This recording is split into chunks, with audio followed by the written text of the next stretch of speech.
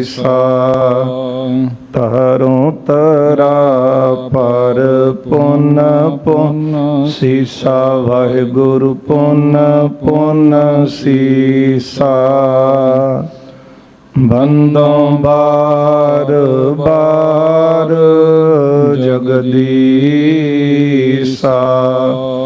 ਜਿਸ ਮਹਿ ਅੰਮ੍ਰਿਤ ਗਿਆਨ ਹੈ ਮਾਨਕ ਭਗਤ ਬੈਰਾਗ ਸ੍ਰੀ ਗੁਰੂ ਗ੍ਰੰਥ ਸਾਹਿਬ ਉਦਦ ਬੰਦੋ ਕਰ ਅਨੁਰਾਗ ਸ੍ਰੀ ਗੁਰ ਸ਼ਬਦ ਕਮਾਏ ਜਿਨ ਜੀਤੇ ਪੰਚ ਵਿਕਾਰ ਤਿਨ ਸੰਤਨ ਕਉ ਬੰਦਨਾ ਸਿਰ ਚਰਨਨ ਪਰ ਧਾਰ ਏਕ ਓੰਕਾਰ ਸਤਿਗੁਰੂ ਤੇ ਪ੍ਰਸਾਦ ਸਚ ਹੋਇ। ਵਾਹਿਗੁਰੂ ਜੀ ਕੀ ਫਤਿਹ ਹੈ ਵਿਘਨ ਵਿਨਾਸ਼ਨ ਸੋਇ। ਏਕ ਓੰਕਾਰ ਸਤਿਗੁਰੂ ਤੇ ਪ੍ਰਸਾਦ ਸਚ ਹੋਇ। ਵਾਹਿਗੁਰੂ ਜੀ ਕੀ ਫਤਿਹ ਹੈ ਵਿਘਨ ਵਿਨਾਸ਼ਨ ਸੋਇ। ਸਤਨਾਮ ਸ੍ਰੀ ਵਾਹਿਗੁਰੂ ਸਾਹਿਬ ਜੀ। ਨਿਸ਼ਾਨੀ ਛੰਦ ਅਤਿਸ਼ਾ ਸੰਕਟ ਪਾਏ ਕੈ ਨਿਜ ਆਇਨ ਕੀਤਾ ਚਿੰਤਾ ਸਲਤਾ ਚਿਤ ਬਹਿਓ ਮਨ ਸ਼ੋਕ ਸਮੇਤਾ ਅਤਿਸ਼ਾ ਸੰਕਟ ਪਾਏ ਕੈ। ਵਾਹਿਗੁਰੂ ਜੀ ਕਾ ਖਾਲਸਾ ਵਾਹਿਗੁਰੂ ਜੀ ਕੀ ਫਤਿਹ।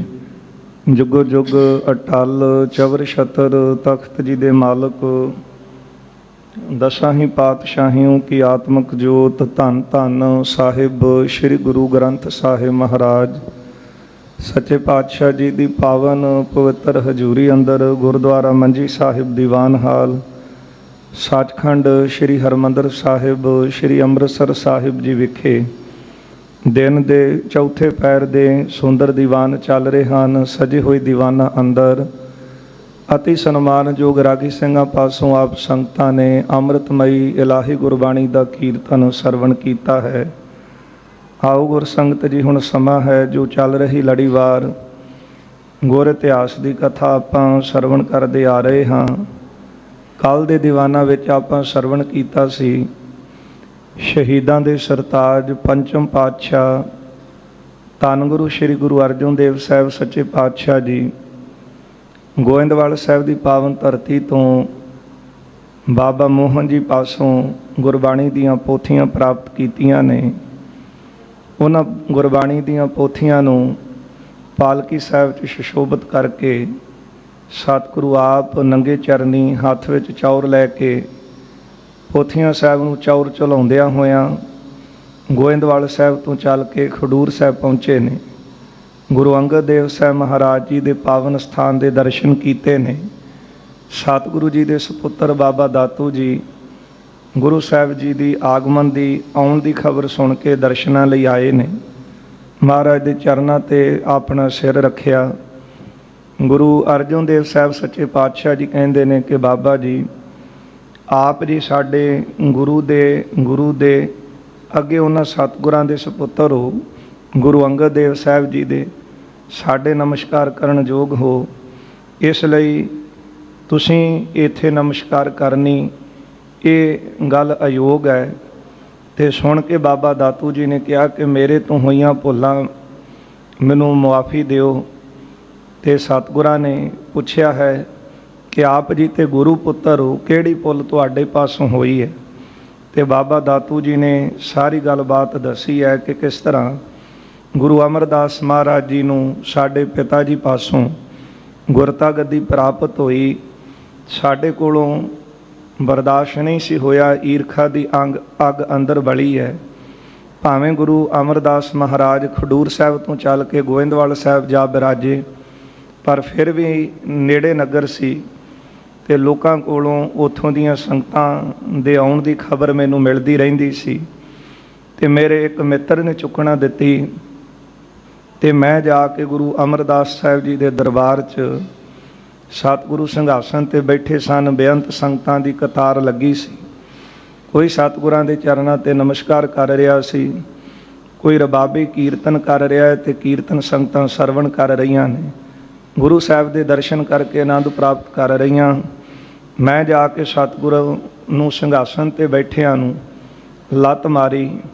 ਗੁਰੂ ਸਾਹਿਬ ਜੀ ਦਾ ਬਿਰਧ ਸਰੀਰ ਸੀ ਅਤੇ ਉਹ ਵਾਰ ਉਹਨਾਂ ਨਾ ਸਹਾਰਿਆ, ਸਿੰਘਾਸਨ ਤੋਂ ਹੇਠਾਂ ਡਿੱਗ ਪਏ।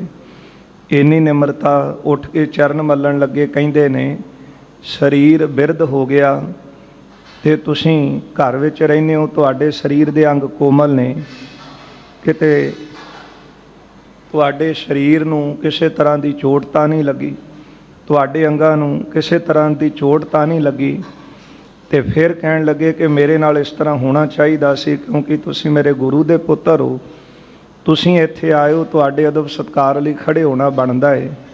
ਮੈਨੂੰ ਹੁਣ ਜਿਸ ਤਰ੍ਹਾਂ ਹੁਕਮ ਕਰੋਗੇ ਮੈਂ ਉਸ ਭਾਈ ਸਾਹਿਬ ਬੰਦ ਕਰ ਲਓ ਥੋੜ੍ਹਾ ਚਿਰ।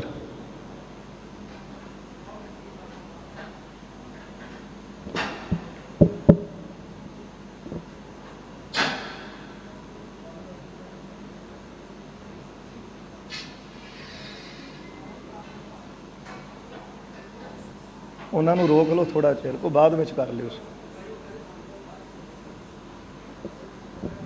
ਧੰਨ ਗੁਰੂ ਅੰਗਦ ਦੇਵ ਸਾਹਿਬ ਸੱਚੇ ਪਾਤਸ਼ਾਹ ਜੀ ਦੇ ਸਪੁੱਤਰ ਬਾਬਾ ਦਾਤੂ ਜੀ, ਇਸ ਗੱਲੋਂ ਉਹਨਾਂ ਨੇ ਆਪਣਾ ਰੋਸ ਪ੍ਰਗਟ ਕੀਤਾ ਅਤੇ ਗੁਰੂ ਅਮਰਦਾਸ ਸਾਹਿਬ ਸੱਚੇ ਪਾਤਸ਼ਾਹ ਮਹਾਰਾਜ ਜੀ ਉਹ ਨਗਰ ਗੋਇੰਦਵਾਲ ਛੱਡ ਕੇ ਆਪ ਜੀ ਦਿਨ ਚੜ੍ਹਨ ਤੋਂ ਪਹਿਲਾਂ ਬਾਸਰ ਕੇ ਨਗਰ ਪਹੁੰਚੇ।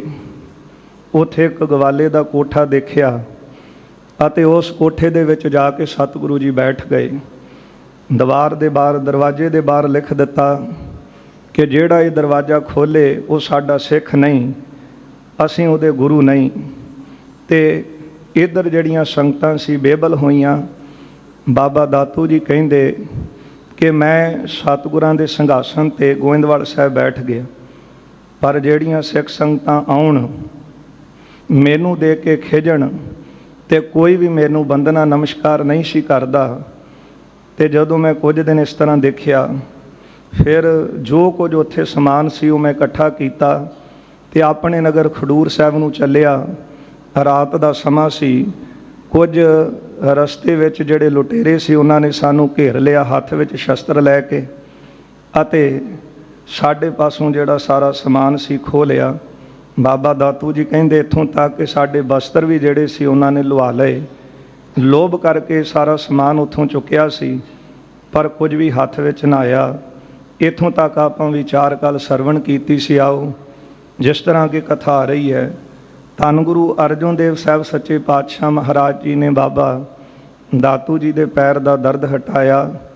ਉਹਨਾਂ ਦੀ ਭੁੱਲ ਜਿਹੜੀ ਸੀ ਉਹ ਸਤਿਗੁਰਾਂ ਨੇ ਬਖਸ਼ੀ ਹੈ। ਫਿਰ ਮਹਾਰਾਜ ਖਡੂਰ ਸਾਹਿਬ ਤੋਂ ਚੱਲ ਕੇ ਅੰਮ੍ਰਿਤਸਰ ਆਏ ਨੇ। ਆ ਥੜਾ ਸਾਹਿਬ ਲਿਆ ਕੇ ਪੋਥੀਆਂ ਵਿਰਾਜਮਾਨ ਕੀਤੀਆਂ ਨੇ। ਇਹ ਵਿਚਾਰ ਅੱਗੇ ਆ ਰਹੀ ਹੈ। ਆਓ ਆਉਣ ਵਾਲੀ ਕਥਾ ਸਰਵਣ ਕਰਕੇ ਲਾਹਾ ਪ੍ਰਾਪਤ ਕਰੀਏ। ਕਰੋ ਕਿਰਪਾ ਦਿਓ ਅਸੀਸ, ਰਸਨਾ ਕਰੋ ਪਵਿੱਤਰ, ਪਿਆਰ ਸਤਿਕਾਰ ਸਹਿਤ ਲਵਾਓ ਹਾਜ਼ਰੀਆਂ। ਉਚਾਰਨ ਕਰੋ ਜੀ ਸਤਨਾਮ ਸ਼੍ਰੀ ਵਾਹਿਗੁਰੂ ਸਾਹਿਬ ਜੀ। ਸਤਨਾਮ ਸ੍ਰੀ ਵਾਹਿਗੁਰੂ ਸਾਹਿਬ ਜੀ। ਅਤਸੈ ਸੰਕਟ ਪਾਏ ਕੈ ਨਿਜ ਆਏ ਨ ਕੀਤਾ। ਧੰਨ ਬਾਬਾ ਦਾਤੂ ਜੀ ਕਹਿੰਦੇ ਨੇ ਵੱਡਾ ਸੰਕਟ ਸਾਡੇ 'ਤੇ ਬਣਿਆ।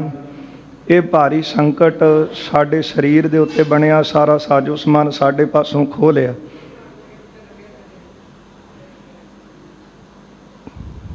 ਅਤੇ ਅਸੀਂ ਭਾਰੀ ਸੰਕਟ ਪਾ ਕੇ ਉੱਥੋਂ ਵਾਪਸ ਆਏ ਹਾਂ। ਚਿੰਤਾ ਸੁਲਤਾ ਚਿਤ ਬਹਿਓ ਮਨ ਸ਼ੋਕ ਸਮੇਤਾ।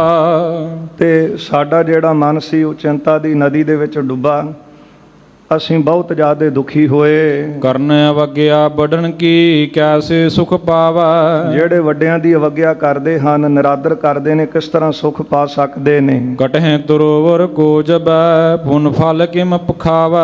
ਜੇ ਰੁੱਖ ਹੀ ਵੱਢਿਆ ਜਾਵੇ ਤੇ ਵੱਡੇ ਹੋਏ ਰੁੱਖ ਦਾ ਜਿਹੜਾ ਫਲ ਹੈ ਉਹ ਸਾਨੂੰ ਨਹੀਂ ਮਿਲ ਸਕਦਾ। ਤੋਰਹਿ ਤਰੀ ਜੋ ਤੋਏ ਮਹਿ ਕਿਮ ਤਰਹਿ ਸੁਖਾਰੋ। ਜੇ ਪਾਣੀ ਦੇ ਵਿੱਚ ਨਦੀ ਤੋੜ ਦਿੱਤੀ ਜਾਵੇ ਤੇ ਫਿਰ ਨਦੀ ਨੂੰ ਸੁਖਾਲਾ ਕਿਸ ਤਰ੍ਹਾਂ ਪਾਰ ਕੀਤਾ ਜਾ ਸਕਦਾ ਹੈ। ਸਦਨ ਢਾਹੇ ਵਨ ਬਸਨ ਚਹੈ ਮਤਵੰਦ ਮਤ ਗਵਾਰੋ। ਜੇ ਕੋਈ ਮੰਦੀ ਮਤ ਵਾਲਾ ਆਪਣਾ ਘਰ ਢਾਹ ਕੇ ਜੰਗਲ ਦੇ ਵਿੱਚ ਰਹਿੰਦਾ ਹੋਵੇ ਤੇ ਆਪਣਾ ਘਰ ਹੀ ਢਾਹ ਦੇਵੇ ਤੇ ਫਿਰ ਕਿਸ ਤਰ੍ਹਾਂ ਰਹਿ ਸਕਦਾ ਹੈ।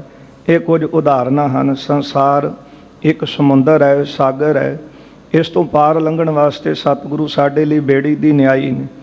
ਜਿਹੜਾ ਗੁਰੂ ਦੀ ਮੱਤ ਨੂੰ ਧਾਰਨ ਕਰਦਾ ਹੈ ਉਹੀ ਸੰਸਾਰ ਸਾਗਰ ਨੂੰ ਪਾਰ ਕਰਦਾ ਹੈ। ਸੰਸਾਰ ਇੱਕ ਬਨ ਦੀ ਤਰ੍ਹਾਂ ਹੈ, ਜੰਗਲ ਦੀ ਤਰ੍ਹਾਂ ਹੈ, ਤੇ ਇਸ ਜੰਗਲ ਰੂਪੀ ਸੰਸਾਰ ਦੇ ਅੰਦਰ ਗੁਰੂ ਦੀ ਸ਼ਰਨ ਸਾਡੇ ਲਈ ਰਹਿਣ ਵਾਸਤੇ ਘਰ ਹੈ। ਤੇ ਕਹਿੰਦੇ ਨੇ ਮਾਨੋ ਕਿ ਜੰਗਲ ਵਿੱਚ ਕੋਈ ਘਰ ਹੀ ਤੋੜ ਦਵੇ, ਉਹ ਰਵੇਗਾ ਕਿੱਥੇ? ਪਾਣੀ ਦੇ ਵਿੱਚ ਬੇੜੀ ਭੰਨ ਦੇਵੇਗਾ ਤੇ ਨਦੀ ਨੂੰ ਪਾਰ ਕਿਸ ਤਰ੍ਹਾਂ ਕਰੇਗਾ? ਹਿਮ ਚਿਤਵਤ ਚਿੰਤਾ ਮਹਾ ਸਭ ਪੁਸ਼ਤ ਗਵਾਏ। ਬਾਬਾ ਦਾਤੂ ਜੀ ਕਹਿੰਦੇ ਸਾਰੀਆਂ ਵਸਤੂਆਂ ਵੀ ਮੈਂ ਗਵਾ ਲਈਆਂ, ਪੱਲੇ ਵੀ ਮੇਰੇ ਕੁਝ ਨਹੀਂ ਪਿਆ ਤੇ ਮੈਂ ਬਹੁਤ ਜ਼ਿਆਦਾ ਦੁਖੀ ਹੋਇਆ। ਬਹੁਤ ਬਸੂਰਤ ਬੈਠ ਕਰ ਨਹਿ ਕਿਸੂ ਬਤਾਈ। ਬਹੁਤ ਮਨ ਵਿੱਚ ਝੂਰਿਆ ਪਰ ਮੈਂ ਗੱਲ ਕਿਸੇ ਨੂੰ ਦੱਸੀ ਨਾ। ਦੱਸਦਾ ਕਿ ਇੱਕ ਤਾਂ ਮੈਂ ਲੋਭ ਧਾਰ ਕੇ ਗੋਇੰਦਵਾਲ ਗਿਆ, ਉੱਥੇ ਗੁਰੂ ਸਾਹਿਬ ਦਾ ਨਰਾਦਰ ਕੀਤਾ। ਮੈਂ ਸੋਚਿਆ ਕਿ ਮੈਂ ਗੁਰੂ ਬਣ ਕੇ ਬੈਠਾਂਗਾ, ਲੋਕ ਮੇਰੀ ਪੂਜਾ ਕਰਨਗੇ, ਪਰ ਹੋਇਆ ਉਲਟੀ। ਕਿਉਂਕਿ ਸਿੱਖ ਜਾਣਦੇ ਸੀ ਤੇ ਸਿੱਖ ਗੁਰੂ ਜੋਤ ਨੂੰ ਹੀ ਜਾ ਕੇ ਪੂਜਦੇ ਨੇ, ਨਮਸਕਾਰ ਕਰਦੇ। ਮੇਰੇ ਵਿੱਚ ਉਹ ਬਖਸ਼ਿਸ਼ ਨਹੀਂ ਸੀ, ਇਸ ਲਈ ਨਾ ਤੇ ਕਿਸੇ ਸਿੱਖ ਨੇ ਮੇਰੀ ਪੂਜਾ ਕੀਤੀ ਤੇ ਨਾ ਮੇਰੇ ਪੱਲੇ ਕੁਝ ਧਨ ਪਿਆ, ਕੁਝ ਵਸਤੂ ਸਮਾਨ ਮੇਰੇ ਹਿੱਸੇ ਆਇਆ। ਇਸ ਲਈ ਮੈਂ ਬਾਅਦ ਵਿੱਚ ਬਹੁਤ ਸ਼ਰਮਿੰਦਾ ਹੋਇਆ, ਪਰ ਇਹ ਔਗਣ ਵੱਡਾ ਮੈਂ ਕਿਸੇ ਅੱਗੇ ਨਾ ਰੱਖਿਆ।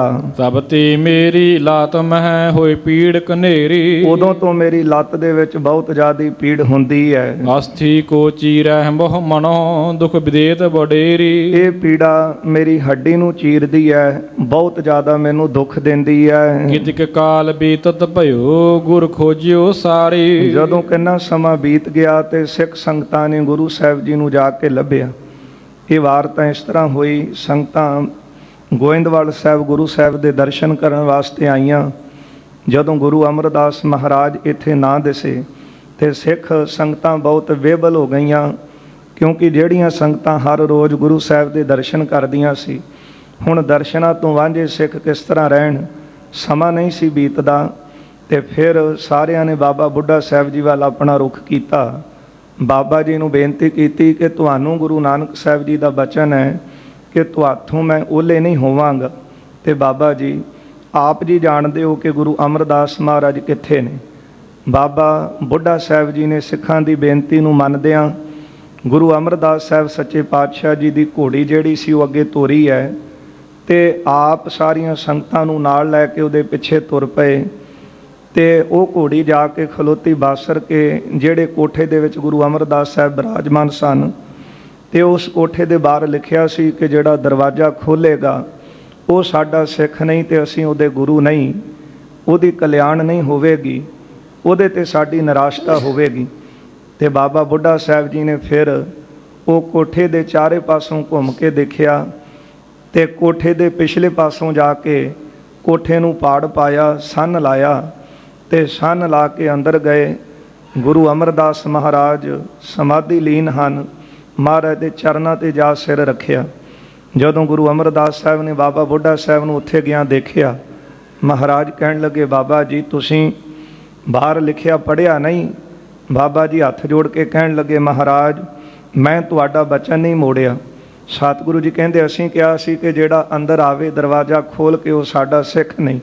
ਤੇ ਬਾਬਾ ਜੀ ਕਹਿੰਦੇ ਮੈਂ ਤਾਂ ਮਹਾਰਾਜ ਦਰਵਾਜ਼ਾ ਖੋਲ੍ਹਿਆ ਨਹੀਂ, ਮੈਂ ਤਾਂ ਸੰਨ ਲਾ ਕੇ ਆਇਆ, ਪਰ ਸਤਿਗੁਰੂ ਇਹਨਾਂ ਸੰਗਤਾਂ ਕਰਕੇ ਸੰਗਤਾਂ ਬਹੁਤ ਬੇਬਲ ਨੇ, ਉਹ ਤੁਹਾਡੇ ਦਰਸ਼ਨਾਂ ਤੋਂ ਬਿਨਾਂ ਰਹਿ ਨਹੀਂ ਸਕਦੀਆਂ। ਆਪ ਕਿਰਪਾ ਕਰੋ, ਤੁਸੀਂ ਅੰਦਰ ਬੈਠੇ ਹੋ ਤੇ ਸੰਸਾਰ ਵਿੱਚ ਹਨੇਰਾ ਹੋ ਗਿਆ।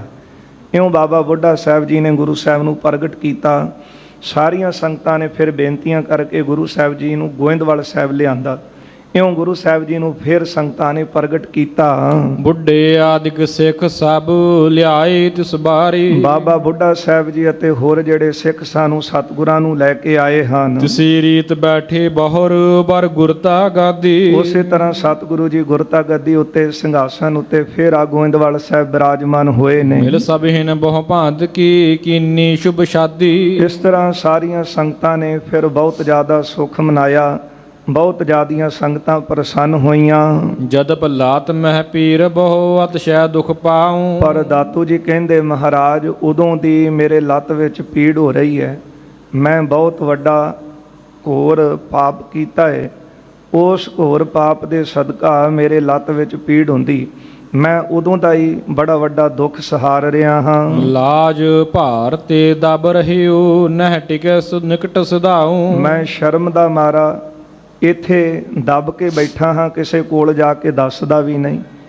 ਹੁਣ ਕੋਈ ਸਰੀਰ 'ਚ ਰੋਗ ਹੋਵੇ ਤੇ ਡਾਕਟਰ ਕੋਲ ਜਾ ਕੇ, ਵੈਦ ਕੋਲ ਜਾ ਕੇ ਬੰਦਾ ਆਪਣਾ ਰੋਗ ਸਾਹਮਣੇ ਰੱਖਦਾ ਹੈ, ਪਰ ਇਹ ਰੋਗ ਬਾਰੇ ਤਾਂ ਬਾਬਾ ਦਾਤੂ ਜੀ ਕਹਿੰਦੇ ਮੈਨੂੰ ਪਤਾ ਸੀ ਨਾ ਕਿ ਜਿਹੜੀ ਲੱਤ ਦਾ ਵਾਰ ਮੈਂ ਗੁਰੂ ਸਾਹਿਬ ਤੇ ਕੀਤਾ, ਉਸੇ ਲੱਤ ਦੇ ਵਿੱਚ ਮੇਰੀ ਉਦੋਂ ਤੋਂ ਪੀੜ ਹੋਣ ਲੱਗੀ। ਇਹ ਦਰਦ ਹੱਡੀ ਨੂੰ ਚੀਰਦੀ ਜਾਂਦੀ ਸੀ। ਮੈਂ ਸ਼ਰਮ ਦਾ ਮਾਰਾ ਕਿਸੇ ਨੂੰ ਦੱਸਦਾ ਵੀ ਨਹੀਂ ਸੀ ਕਿ ਕਿਹਨੂੰ ਜਾ ਕੇ ਦੱਸਾਂ। ਤੇ ਬਾਬਾ ਦਾਤੂ ਜੀ ਕਹਿੰਦੇ ਫਿਰ ਮੈਂ ਸ਼ਰਮ ਦਾ ਮਾਰਾ ਇੱਥੇ ਬੈਠਾ ਰਿਹਾ। ਕਰਨ ਖੁਟਾਈ ਦੁਖ ਲਹੈ ਜਗ ਵਿਖੈ ਲਜਾਵੈ। ਮੈਂ ਖੋਟਾ ਕੰਮ ਕੀਤਾ, ਉਹਦੇ ਕਰਕੇ ਮੈਨੂੰ ਦੁੱਖ ਮਿਲਿਆ ਤੇ ਮੈਂ ਸੰਸਾਰ ਵਿੱਚ ਬੜਾ ਸ਼ਰਮਸਾਰ ਹੋਇਆ। ਮਹਾਪੁਰਖ ਕੇ ਤੀਰ ਪੁੰਨ ਕਿਮ ਨਹੀਂ ਸੁਧਾਵੈ। ਕਿਸੇ ਮਹਾਪੁਰਖ ਦੇ ਕੋਲ ਜਾਂ ਸਤਿਗੁਰਾਂ ਦੇ ਕੋਲ ਮੈਂ ਦੁਬਾਰਾ ਨਹੀਂ ਗਿਆ।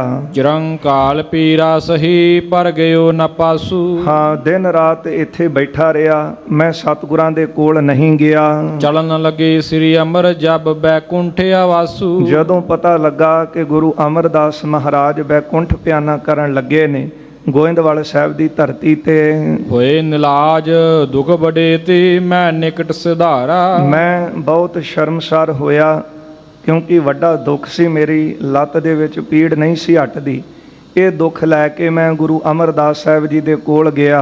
ਖਰੋ ਅਗਾਰੀ ਹੋਏ ਕਰ ਕਰ ਜੋਰ ਉਚਾਰਾ। ਗੁਰੂ ਅਮਰਦਾਸ ਸਾਹਿਬ ਜੀ ਦੇ ਅੱਗੇ ਖਲੋ ਕੇ ਦੋਵੇਂ ਹੱਥ ਜੋੜ ਕੇ ਬੇਨਤੀ ਕੀਤੀ, ਅਪਰਾਧੀ ਮੈਂ ਆਪ ਕੋ ਅਬ ਚੱਲ ਕਰ ਆਵਾ। ਸਤਿਗੁਰੂ ਜੀ ਮੈਂ ਤੁਹਾਡਾ ਅਪਰਾਧੀ ਹਾਂ, ਮੇਰੇ ਪਾਸੋਂ ਬਹੁਤ ਵੱਡੀ ਗਲਤੀ ਹੋਈ ਹੈ, ਪਰ ਮੈਂ ਹੁਣ ਉਹ ਭੁੱਲ ਆਪਣੀ ਬਖਸ਼ਾਉਣ ਵਾਸਤੇ ਤੁਹਾਡੇ ਕੋਲ ਚੱਲ ਕੇ ਆਇਆ ਹਾਂ। ਸ਼ਮੋ ਅਵਗਿਆ ਕਰੀ ਜੋ ਬਹੁ ਨਸ ਬਹੁ ਸੰਕਟ ਪਾਵਾ। ਆਪ ਜੀ ਕਿਰਪਾ ਕਰੋ, ਮੇਰੀ ਭੁੱਲ ਬਖਸ਼ ਦਿਓ, ਮੈਂ ਬੜਾ ਵੱਡਾ ਦੁੱਖ ਇਹ ਸਰੀਰ ਤੇ ਪਾਇਆ ਹੈ। ਮਹਾਪੁਰਖ ਉਰ ਬੈਰ ਇਮ ਜੋ ਨੀਰ ਲਕੀਰਾ। ਕਹਿੰਦੇ ਮਹਾਪੁਰਖਾਂ ਦੇ ਅੰਦਰ ਪਤਾ ਕਿਸ ਤਰ੍ਹਾਂ ਦਾ ਵੈਰ ਹੁੰਦਾ ਹੈ, ਜਿਸ ਤਰ੍ਹਾਂ ਪਾਣੀ ਦੇ ਉੱਤੇ ਪਾਣੀ ਵਿੱਚ ਲਕੀਰ ਖਿੱਚ ਦਈਏ ਤੇ ਉਹ ਬਹੁਤਾ ਸਮਾਂ ਰਹਿੰਦੀ ਨਹੀਂ। ਆਮ ਬੰਦੇ ਦੇ ਅੰਦਰ ਵੈਰ ਹੁੰਦਾ ਹੈ ਕਿ ਪਿਤਾ ਪੁਰਖ ਹੀ ਵੈਰ ਹੀ ਨਹੀਂ ਛੱਡਦਾ ਕਿ ਫਲਾਣੇ ਦੇ ਦਾਦੇ ਪੜਦਾਦੇ ਨੇ ਆ ਕੰਮ ਸਾਡੇ ਨਾਲ ਕੀਤਾ ਸੀ, ਇਸ ਕਰਕੇ ਸਾਡਾ ਫਲਾਣਿਆਂ ਦੇ ਨਾਲ ਸ਼ਰੀਕਿਆਂ ਨਾਲ ਵੈਰ ਹੈ ਕਿ ਇਹਨਾਂ ਦੇ ਵੱਡੇ ਵਡੇਰਿਆਂ ਨੇ ਸਾਡੇ ਨਾਲ ਇਸ ਤਰ੍ਹਾਂ ਕੀਤਾ। ਪਰ ਮਹਾਂਪੁਰਖਾਂ ਦੇ ਅੰਦਰ ਵੈਰ ਹੁੰਦਾ ਨਹੀਂ। ਕਿਸ ਤਰ੍ਹਾਂ ਦਾ ਸੁਭਾਅ ਹੁੰਦਾ ਹੈ, ਜਿਸ ਤਰ੍ਹਾਂ ਪਾਣੀ ਵਿੱਚ ਲਕੀਰ ਖਿੱਚੀਏ ਤੇ ਪਾਣੀ ਵਿੱਚ ਹੀ ਮਿਲ ਜਾਂਦੀ, ਪਤਾ ਹੀ ਨਹੀਂ ਲੱਗਦਾ। ਇਸ ਤਰ੍ਹਾਂ ਮਹਾਂਪੁਰਖਾਂ ਦਾ ਸੁਭਾਅ ਹੁੰਦਾ ਹੈ।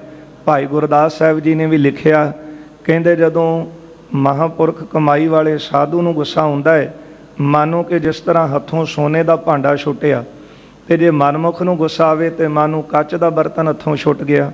ਕੱਚ ਦਾ ਛੁੱਟਿਆ ਬਰਤਨ ਉਹ ਚੂਰ ਚੂਰ ਹੋ ਜਾਂਦਾ, ਦੁਬਾਰਾ ਜੁੜਦਾ ਨਹੀਂ, ਪਰ ਸੋਨੇ ਦਾ ਬਰਤਨ ਹੱਥੋਂ ਛੁੱਟ ਜਾਵੇ ਉਹਨੂੰ ਕੋਈ ਬਹੁਤਾ ਫਰਕ ਨਹੀਂ ਪੈਂਦਾ ਕਿਉਂਕਿ ਉਹਦਾ ਮੁੱਲ ਨਹੀਂ ਘਟਦਾ।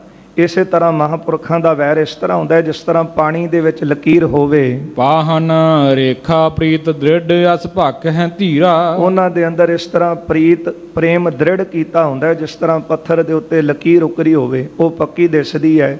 ਇਸ ਤਰ੍ਹਾਂ ਮਹਾਂਪੁਰਖਾਂ ਦੇ ਅੰਦਰ ਪਰਮਾਤਮਾ ਪ੍ਰਤੀ, ਸੰਸਾਰ ਪ੍ਰਤੀ ਉਹ ਸਾਰਿਆਂ ਨਾਲ ਪ੍ਰੇਮ ਰੱਖਦੇ ਨੇ, ਵੈਰ ਉਹ ਕਿਸੇ ਨਾਲ ਰੱਖਦੇ ਨਹੀਂ ਅੰਦਰ। ਸੰਤ ਕਰੇ ਨਹਿ ਵੈਰ ਕਹੂੰ ਸਭ ਕੇ ਹਿਤ ਮੈਂ ਵਰਤੈ ਅਤ ਹੀ। ਇਹ ਸੰਤਾਂ ਦਾ ਸੁਭਾਅ ਹੈ ਕਿ ਸੰਤ ਕਰੇ ਨਹਿ ਵੈਰ ਕਹੂੰ ਸਭ ਕੇ ਹਿਤ ਮੈਂ ਵਰਤੈ ਅਤ ਹੀ। ਤਾਂ ਤਨ ਕੋ ਜਬ ਦਾਹਤ ਹੈ ਵਹ ਤਦਪ ਦੇਤ ਸੁਖਾਮਿਤ ਹੀ। ਜੈਸੇ ਕੁਠਾਰ ਕਟੈ ਤਰ ਚੰਦਨ ਗੰਧ ਤਿਸੈ ਮੁਖ ਦੇਵਤ ਹੀ। ਹੇਤ ਹੀ ਸਰਬਾਤਮ ਹੇਰਤ ਤਾਂ ਪਜ ਕੰਜ ਨਮੋ ਨਿਤ ਹੀ। ਪੰਡਤ ਹਰਦਿਆਲ ਜੀ ਲਿਖਦੇ ਨੇ, ਕਹਿੰਦੇ ਰੁੱਖ ਜਿਹੜਾ ਹੈ ਉਹ ਜਦੋਂ ਜਿਹੜਾ ਕੁਹਾੜਾ ਚੰਦਨ ਦੇ ਰੁੱਖ ਨੂੰ ਕੱਟੇ ਤੇ ਚੰਦਨ ਜਿਹੜਾ ਹੈ ਉਹ ਬੁਰਾ ਨਹੀਂ ਕਹਿੰਦਾ, ਸਗੋਂ ਉਹਦੇ ਅੰਦਰ ਵੀ ਸੁਗੰਧੀ ਭਰ ਦਿੰਦਾ ਹੈ। ਇਸ ਤਰ੍ਹਾਂ ਸੰਤਾਂ ਦਾ ਸੁਭਾਅ ਹੁੰਦਾ ਹੈ। ਗੁਰਬਾਣੀ 'ਚ ਵੀ ਆਪਾਂ ਬਚਨ ਪੜ੍ਹਦੇ ਹਾਂ, ਸ਼ਸਤਰ ਤੀਖਣ ਕਾਟ ਡਾਰਿਓ ਮਨ ਨ ਕੀਨੋ ਰੋਸ।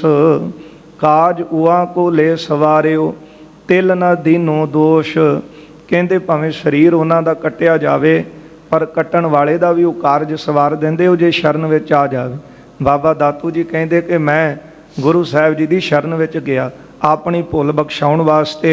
ਮਦਮਤੀ ਮੈਂ ਸ਼ਰਨ ਹੋ ਤੁਮ ਦੀਨ ਦਿਆਲਾ। ਗੁਰੂ ਅਮਰਦਾਸ ਸਾਹਿਬ ਨੂੰ ਜਾ ਕੇ ਬੇਨਤੀ ਕੀਤੀ, ਸਤਿਗੁਰੂ ਮੈਂ ਬੜਾ ਮੰਦੀ ਮੱਤ ਵਾਲਾ, ਭੈੜੀ ਮੱਤ ਵਾਲਾ, ਸਤਿਗੁਰੂ ਤੁਹਾਡੀ ਸ਼ਰਨ ਵਿੱਚ ਆਇਆ, ਤੁਸੀਂ ਦੀਨ ਦਿਆਲਾ, ਤੁਸੀਂ ਸ਼ਰਨ ਆਇਆਂ ਦੇ ਉੱਤੇ ਦਇਆ ਕਰਦੇ ਹੋ। ਜਿਮ ਬਿਨਤੀ ਸੁਣ ਸ੍ਰੀ ਗੁਰੂ ਬੋਲੇ ਤਿਸ ਕਾਲਾ। ਇਹ ਬੇਨਤੀ ਗੁਰੂ ਅਮਰਦਾਸ ਸਾਹਿਬ ਜੀ ਨੇ ਮੇਰੀ ਸੁਣੀ ਤੇ ਉਸ ਵੇਲੇ ਸਤਿਗੁਰੂ ਜੀ ਕਹਿਣ ਲੱਗੇ, ਹੋਵੈ ਸ੍ਰੀ ਗੁਰੂ ਰਾਮਦਾਸ ਕੋ ਸੋਢੇ ਕੁਲ ਟੀਕਾ। ਜਦੋਂ ਮੈਂ ਗੁਰੂ ਸਾਹਿਬ ਦੇ ਚਰਨਾਂ 'ਚ ਸਿਰ ਰੱਖ ਕੇ ਕਿਹਾ ਨਾ ਮਹਾਰਾਜ ਮੇਰੀ ਭੁੱਲ ਬਖਸ਼ ਦਿਓ, ਤੇ ਸਤਿਗੁਰਾਂ ਨੇ ਅੱਗੋਂ ਕਿਹਾ ਕਿ ਸੋਢੀ ਕੁਲ ਦੇ ਭੂਖਸ਼ਣ ਗੁਰੂ ਰਾਮਦਾਸ ਜੀ ਹੁਣ ਗੁਰੂ ਹੋਣਗੇ। ਸ੍ਰੀ ਅਰਜਨ ਸੁਤ ਤਿਨਹੁ ਕੋ ਗੁਣ ਗਣ ਤੇ ਨੀਕਾ। ਅੱਗੇ ਗੁਰੂ ਰਾਮਦਾਸ ਜੀ ਦੇ ਪੁੱਤਰ ਗੁਣਾਂ ਦੇ ਘਰ ਗੁਰੂ ਅਰਜਨ ਦੇਵ ਸਾਹਿਬ ਹੋਣਗੇ। ਸੋ ਖਡੂਰ ਪਰਵਿਸ਼ ਹੈ ਜਬ ਹੋਵੈ ਤੁਮ ਮੇਲਾ। ਉਹ ਖਡੂਰ ਸਾਹਿਬ ਚੱਲ ਕੇ ਆਉਣਗੇ ਤੇ ਤੁਹਾਨੂੰ ਮਿਲਣਗੇ। ਚਰਨ ਦੁਹੇਲਾ ਦੇਖ ਕੈ ਸੋ ਕਰਹਿ ਸੁਹੇਲਾ। ਤੇਰੇ ਚਰਨ ਦੀ ਤੇਰੇ ਲੱਤ ਦੀ ਪੀੜਾ ਦੇਖ ਕੇ ਉਹ ਤੈਨੂੰ ਸੁਖ ਦੇਣਗੇ। ਇਹ ਗੁਰੂ ਅਮਰਦਾਸ ਸਾਹਿਬ ਨੇ ਬਚਨ ਕਹੇ ਸੀ। ਬਾਬਾ ਦਾਤੂ ਜੀ ਕਹਿੰਦੇ ਮੈਂ ਜਦੋਂ ਆਪਣੀ ਭੁੱਲ ਬਖਸ਼ਾਉਣ ਗਿਆ ਤੇ ਕਹਿਣ ਲੱਗੇ ਸਤਿਗੁਰੂ ਕਿ ਸਾਡੇ ਤੋਂ ਬਾਅਦ ਸੋਢੀ ਕੁਲ ਦੇ ਗਹਿਣੇ ਗੁਰੂ ਰਾਮਦਾਸ ਗੁਰੂ ਬਣਨਗੇ, ਅੱਗੇ ਉਹਨਾਂ ਦੇ ਪੁੱਤਰ ਹੋਣਗੇ ਗੁਣਾਂ ਦੇ ਘਰ ਗੁਰੂ ਅਰਜਨ ਦੇਵ ਸਾਹਿਬ, ਉਹ ਖਡੂਰ ਸਾਹਿਬ ਚੱਲ ਕੇ ਆਉਣਗੇ, ਤੇਰੇ ਲੱਤ ਦੀ ਪੀੜ ਦੇਖਣਗੇ, ਫਿਰ ਤੈਨੂੰ ਸੁਖ ਦੇਣਗੇ। ਸੁਣ ਕੇ ਤਿਨ ਤੇ ਆਏ ਘਰ ਨਿਤ ਕਰਤ ਉਡੀਕਾ। ਬਾਬਾ ਦਾਤੂ ਜੀ ਕਹਿੰਦੇ ਗੁਰੂ ਅਮਰਦਾਸ ਸਾਹਿਬ ਜੀ ਪਾਸੋਂ ਮੈਂ ਬਚਨ ਸੁਣ ਕੇ ਵਾਪਸ ਆਪਣੇ ਘਰ ਖਡੂਰ ਸਾਹਿਬ ਆ ਗਿਆ। ਇੱਥੇ ਬੈਠਾ ਮੈਂ ਤੁਹਾਨੂੰ ਉਡੀਕ ਰਿਹਾ ਹਾਂ। ਕਬ ਦਰਸ਼ਨ ਜ ਦੇਹੇਂਗੇ ਕਰ ਹੈ ਪਦ ਨੀਕਾ। ਮੈਂ ਉਦੋਂ ਦਾ ਉਡੀਕਦਾ ਸੀ ਕਿ ਤੁਸੀਂ ਕਦੋਂ ਦਰਸ਼ਨ ਦਵੋਗੇ, ਕਦੋਂ ਮੇਰੀ ਇਹ ਪੀੜ ਦੂਰ ਕਰੋਗੇ। ਆਨ ਕਿਰਤਾਰਥ ਅਬ ਕੀਓ ਕਾਟੋ ਮਮ ਪੀਰਾ। ਸਤਿਗੁਰੂ ਜੀ ਹੁਣ ਤੁਸੀਂ ਚੱਲ ਕੇ ਆਏ ਹੋ, ਸਫਲਾ ਕੀਤਾ ਹੈ, ਕਿਰਪਾ ਕਰੋ ਮੇਰੀ ਇਹ ਪੀੜ ਦੂਰ ਕਰੋ, ਮੇਰਾ ਇਹ ਦੁੱਖ ਕੱਟ ਦਵੋ। ਸ੍ਰੀ ਨਾਨਕ ਅੰਗਦ ਅਮਰ ਤੁਮ ਹੀ ਪ੍ਰਭ ਧੀਰਾ। ਗੁਰੂ ਨਾਨਕ ਸਾਹਿਬ ਜੀ, ਗੁਰੂ ਅੰਗਦ ਦੇਵ ਸਾਹਿਬ ਤੇ ਗੁਰੂ ਅਮਰਦਾਸ ਸਾਹਿਬ ਉਹ ਤੁਹਾਡਾ, ਤੁਸੀਂ ਉਹਨਾਂ ਦਾ ਹੀ ਸਰੂਪ ਹੋ। ਚਰਨ ਸ਼ਰਨ ਪਰਨੇ ਦੇਹੋ ਪੂਰੋ ਉਰਿਆਸਾ। ਮਹਾਰਾਜ ਮੈਨੂੰ ਕਿਰਪਾ ਕਰੋ, ਆਪਣੇ ਚਰਨਾਂ ਤੇ ਸਿਰ ਰੱਖ ਲੈਣ ਦਿਓ, ਆਪਣੀ ਸ਼ਰਨ ਵਿੱਚ ਰਹਿ ਲੈਣ ਦਿਓ ਤੇ ਕਿਰਪਾ ਕਰਕੇ ਮੇਰਾ ਦੁੱਖ ਕੱਟ ਦਵੋ। ਨਹਿਨ ਹਟਾਵਨ ਕੀਜੀਏ ਜੈਸੇ ਨਿਜ ਦਾਸਾ। ਮਹਾਰਾਜ ਜਿਸ ਤਰ੍ਹਾਂ ਤੁਹਾਡੇ ਸੇਵਕ ਤੁਹਾਡੇ ਚਰਨੀ ਪੈਂਦੇ ਨੇ ਨਾ, ਉਸੇ ਤਰ੍ਹਾਂ ਮੈਨੂੰ ਆਪਣਾ ਸੇਵਕ ਜਾਣੋ ਤੇ ਮੈਨੂੰ ਆਪਣੇ ਚਰਨਾਂ ਤੋਂ ਦੂਰ ਨਾ ਕਰੋ। ਸ੍ਰੀ ਅਰਜਨ ਸੁਨ ਪੁਨ ਭਣਿਓ ਜਿਮ ਚਾਹ ਤੁਮਾਰੀ। ਫਿਰ ਗੁਰੂ ਅਰਜਨ ਦੇਵ ਸਾਹਿਬ ਜੀ ਨੇ ਬਾਬਾ ਦਾਤੂ ਜੀ ਦੀ ਬੇਨਤੀ ਸੁਣੀ ਹੈ।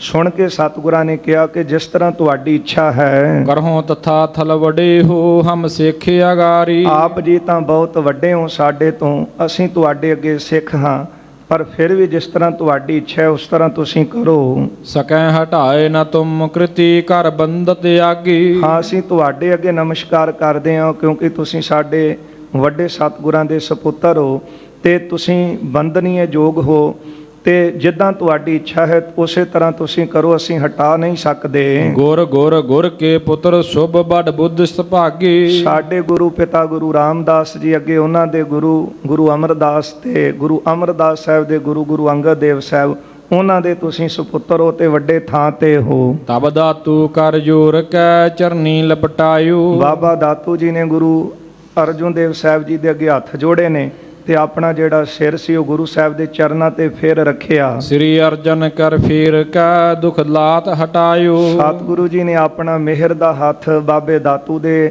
ਪੈਰ ਦੇ ਉੱਤੇ, ਲੱਤ ਦੇ ਉੱਤੇ ਰੱਖਿਆ। ਮਹਾਰਾਜ ਜੀ ਨੇ ਆਪਣਾ ਕਮਲ ਵਰਗਾ ਕਮਲ ਸਰੀਕਾ ਹੱਥ ਬਾਬੇ ਦਾਤੂ ਦੀ ਲੱਤ ਤੇ ਫੇਰਿਆ, ਤੇ ਜਿਹੜਾ ਕਈ ਲੰਮੇ ਸਮੇਂ ਤੋਂ ਇਹ ਲੱਤ ਦੇ ਉੱਤੇ ਦਰਦ ਸੀ ਸਤਿਗੁਰਾਂ ਨੇ ਹਟਾ ਦਿੱਤੀ, ਦੂਰ ਕੀਤੀ। ਸਾਧ ਸੰਗਤ ਇੰਜ ਕਹਿ ਲਓ ਕਿ ਸਿੱਖਿਆ ਸਤਿਗੁਰਾਂ ਨੇ ਸਾਨੂੰ ਦਿੱਤੀ ਸੀ ਕਿ ਜਦੋਂ ਕਿਸੇ ਤੋਂ ਕੋਈ ਭੁੱਲ ਹੋ ਜਾਂਦੀ ਹੈ ਤੇ ਉਹ ਭੁੱਲ ਦੀ ਸਜ਼ਾ ਹੀ ਮਨੁੱਖ ਪਾਉਂਦਾ ਹੈ। ਕਈ ਵਾਰੀ ਬੰਦੇ ਦੀ ਕੀਤੀ ਭੁੱਲ ਅੱਗੇ ਕਰਮ ਬੀਜ ਬੀਜਿਆ ਹੋਇਆ ਤੇ ਜੀਵ ਦੇ ਅੱਗੇ ਸਾਹਮਣੇ ਚੱਲ ਕੇ ਆਉਂਦਾ ਹੈ, ਪਰ ਉਹ ਬੀਜਿਆ ਹੋਇਆ ਬੀਜ ਕਈ ਵਾਰੀ ਜੀਵ ਭੁੱਲ ਜਾਂਦਾ ਹੈ। ਪਰ ਵਿਦਵਾਨ ਕਹਿੰਦੇ ਨੇ ਕਿ ਧਰਤੀ 'ਚ ਬੀਜਿਆ ਹੋਇਆ ਬੀਜ ਬੰਦਾ ਭੁੱਲ ਸਕਦਾ ਹੈ, ਪਰ ਬੀਜ ਨੇ ਨਹੀਂ ਭੁੱਲਣਾ, ਧਰਤੀ ਨੇ ਨਹੀਂ ਭੁੱਲਣਾ, ਉਹਨੇ ਫਲ ਦੇਣਾ ਹੀ ਦੇਣਾ। ਇਸੇ ਤਰ੍ਹਾਂ ਸਾਰੇ ਕਰਮਾਂ ਦੀ ਸਜ਼ਾ ਹੈ। ਕਈ ਵਾਰੀ ਬੰਦਾ ਭੁੱਲ ਜਾਂਦਾ ਹੈ, ਪਰ ਉਹ ਕਰਮ ਸਾਹਮਣੇ ਆਉਂਦੇ ਨੇ ਦੁੱਖ ਬਣ ਕੇ, ਤੇ ਦੁੱਖਾਂ ਨੂੰ ਕੱਟਣ ਵਾਲਾ ਵੀ ਗੁਰੂ ਆਪ ਹੈ, ਜਿਹੜਾ ਚੱਲ ਕੇ ਸ਼ਰਨ ਵਿੱਚ ਆ ਜਾਵੇ ਫਿਰ ਬੇਨਤੀ ਕਰੇ, ਇਉਂ ਨਿਮਾਣਾ ਹੋ ਕਰਕੇ ਜਾਓ ਪੈ ਹਮ ਨਾ ਪਾਪ ਕਰੰਤਾ ਅਹੇ ਅਨੰਤਾ ਪਤਤ ਪਾਵਨ ਨਾਮ ਕੈਸੇ ਹੁੰਤਾ। ਮਹਾਰਾਜ ਅਸੀਂ ਭੁੱਲ ਜਾਂਦੇ ਹਾਂ। ਬਾਬਾ ਦਾਤੂ ਜੀ ਨੇ ਬੇਨਤੀ ਕੀਤੀ ਨਾ ਕਿ ਸਤਿਗੁਰੂ ਅਸੀਂ ਭੁੱਲੇ ਹਾਂ, ਪਰ ਵੱਡਾ ਦੁੱਖ ਸਰੀਰ ਤੇ ਪਾਇਆ ਇਹ ਭੁੱਲ ਕਰਕੇ। ਹੁਣ ਗੁਰੂ ਨਾਨਕ ਸਾਹਿਬ, ਗੁਰੂ ਅੰਗਦ ਦੇਵ ਸਾਹਿਬ, ਗੁਰੂ ਅਮਰਦਾਸ ਸਾਹਿਬ, ਗੁਰੂ ਰਾਮਦਾਸ ਸਾਹਿਬ, ਉਹ ਤੁਹਾਡਾ, ਤੁਸੀਂ ਉਹਨਾਂ ਦਾ ਹੀ ਸਰੂਪ ਹੋ। ਇਹ ਭਾਵਨਾ ਰੱਖ ਕੇ ਫਿਰ ਬਾਬੇ ਦਾਤੂ ਨੇ ਚਰਨਾਂ ਤੇ ਸਿਰ ਰੱਖਿਆ। ਮਹਾਰਾਜ ਜੀ ਨੇ ਆਪਣਾ ਹਸਤ ਕਮਲ ਫੇਰਿਆ ਤੇ ਪੀੜ ਦੂਰ ਕੀਤੀ। ਇਹ ਫਿਰ ਦੁੱਖ ਦੂਰ ਕੀਤਾ। ਚਰੰਕਾਲ ਕੀ ਪੀਰ ਬਾਡ ਛਿਨ ਬਿਖੈ ਨਿਵਾਰੀ। ਲੰਮੇ ਸਮੇਂ ਤੋਂ ਬਾਬੇ ਦਾਤੂ ਦੇ ਲੱਤ ਉੱਤੇ ਜਿਹੜੀ ਪੀੜਾ ਸੀ ਸਤਿਗੁਰਾਂ ਨੇ ਇੱਕ ਛਿਨ ਵਿੱਚ ਦੂਰ ਕਰ ਦਿੱਤੀ। ਆਖੋ ਸਤਨਾਮ ਸ੍ਰੀ ਵਾਹਿਗੁਰੂ।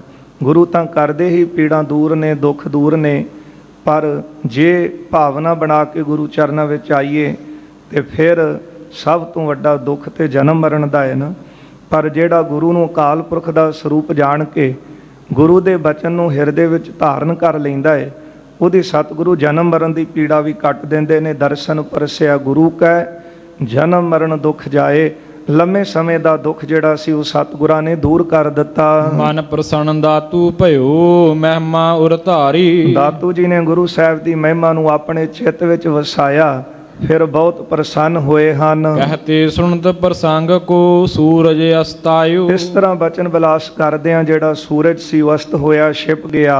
ਨਾਨਾ ਬਿੰਜਨ ਤਿਆਰ ਕਰ ਸ੍ਰੀ ਗੁਰ ਅਚਵਾਇਓ। ਕਈ ਤਰ੍ਹਾਂ ਦੇ ਪਕਵਾਨ ਤਿਆਰ ਕਰਕੇ ਸਤਿਗੁਰਾਂ ਦੇ ਅੱਗੇ ਰੱਖੇ ਹਨ। ਭਗਤ ਵਿਵੇਕ ਵਿਗਿਆਨ ਕੀ ਚਰਚਾ ਬਹੁ ਕੀਨੀ। ਆਪਸ ਦੇ ਵਿੱਚ ਭਗਤੀ, ਵਿਰਾਗ ਅਤੇ ਗਿਆਨ ਦੀ ਚਰਚਾ ਜਿਹੜੀ ਹੈ ਉਹ ਸਤਿਗੁਰਾਂ ਨਾਲ ਕੀਤੀ ਹੈ, ਕਿਉਂਕਿ ਵਿਰਾਗ ਦੇ ਨਾਲ ਭਗਤੀ ਹੁੰਦੀ ਹੈ ਤੇ ਭਗਤੀ ਕਰਨ ਦੇ ਨਾਲ ਬ੍ਰਹਮ ਗਿਆਨ ਪ੍ਰਾਪਤ ਹੁੰਦਾ ਹੈ, ਆਤਮਾ ਦਾ ਗਿਆਨ ਪ੍ਰਾਪਤ ਹੁੰਦਾ ਹੈ।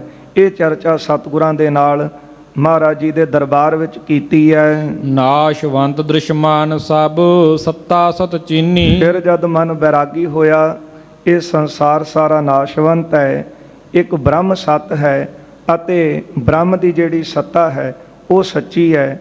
ਬ੍ਰਹਮ ਦੀ ਸੱਤਾ ਕਰਕੇ ਸੰਸਾਰ ਸੱਚ ਪ੍ਰਤੀਤ ਹੁੰਦਾ ਹੈ। ਇਹੋ ਜਗ ਸੱਚੇ ਕੀ ਹੈ ਕੋਠੜੀ, ਸੱਚੇ ਕਾ ਵਿੱਚ ਵਾਸ। ਕਿਉਂ ਸੱਚਾ ਦਿਸਦਾ ਹੈ? ਕਿਉਂਕਿ ਸੱਚੇ ਦੀ ਜੋਤ ਅੰਦਰ ਹੈ।